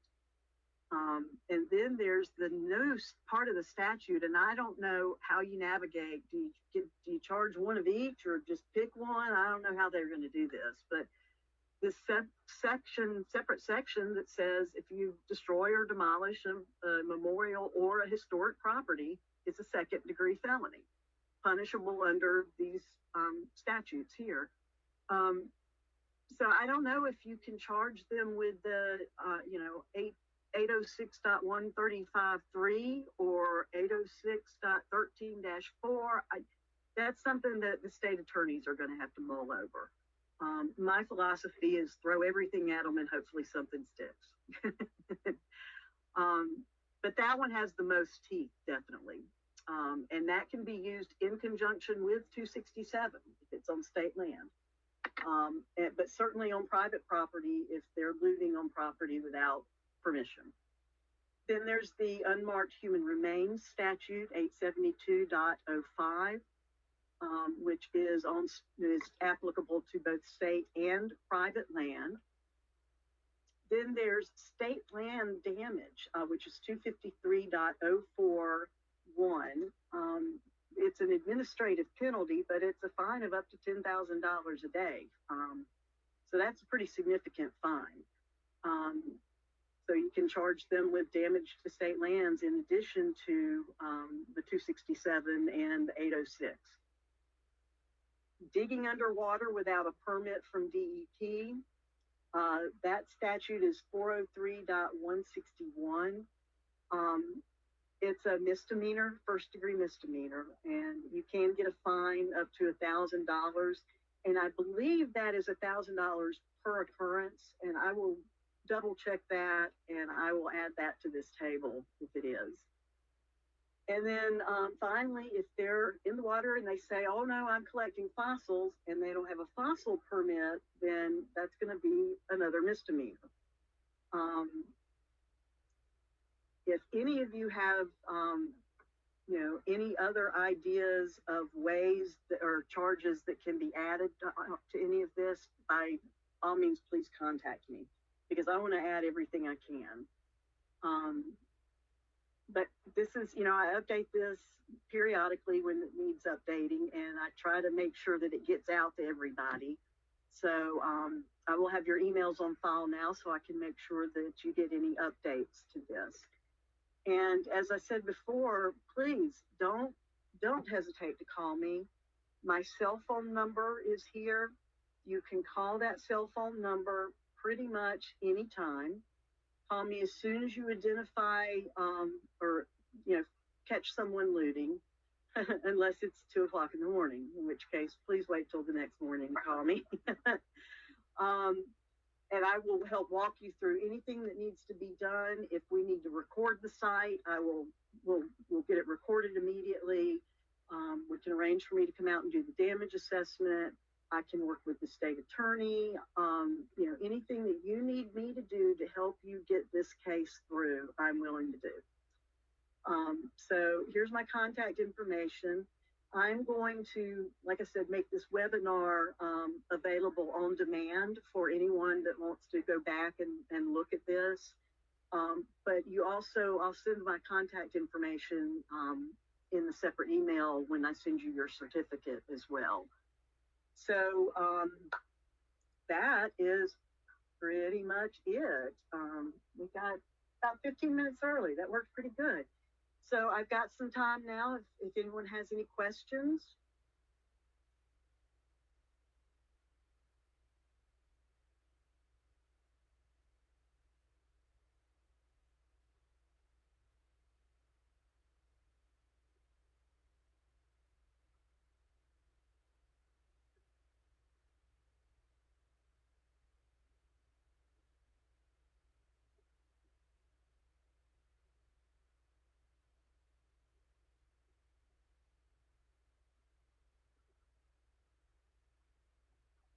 Thank you, John. All right, no questions. So I know this is a lot of information to be thrown at you in a fairly small amount of time.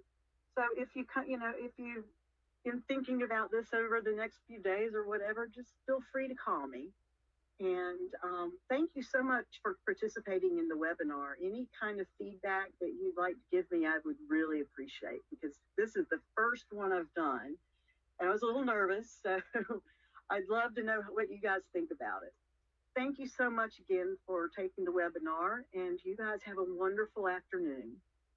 Goodbye.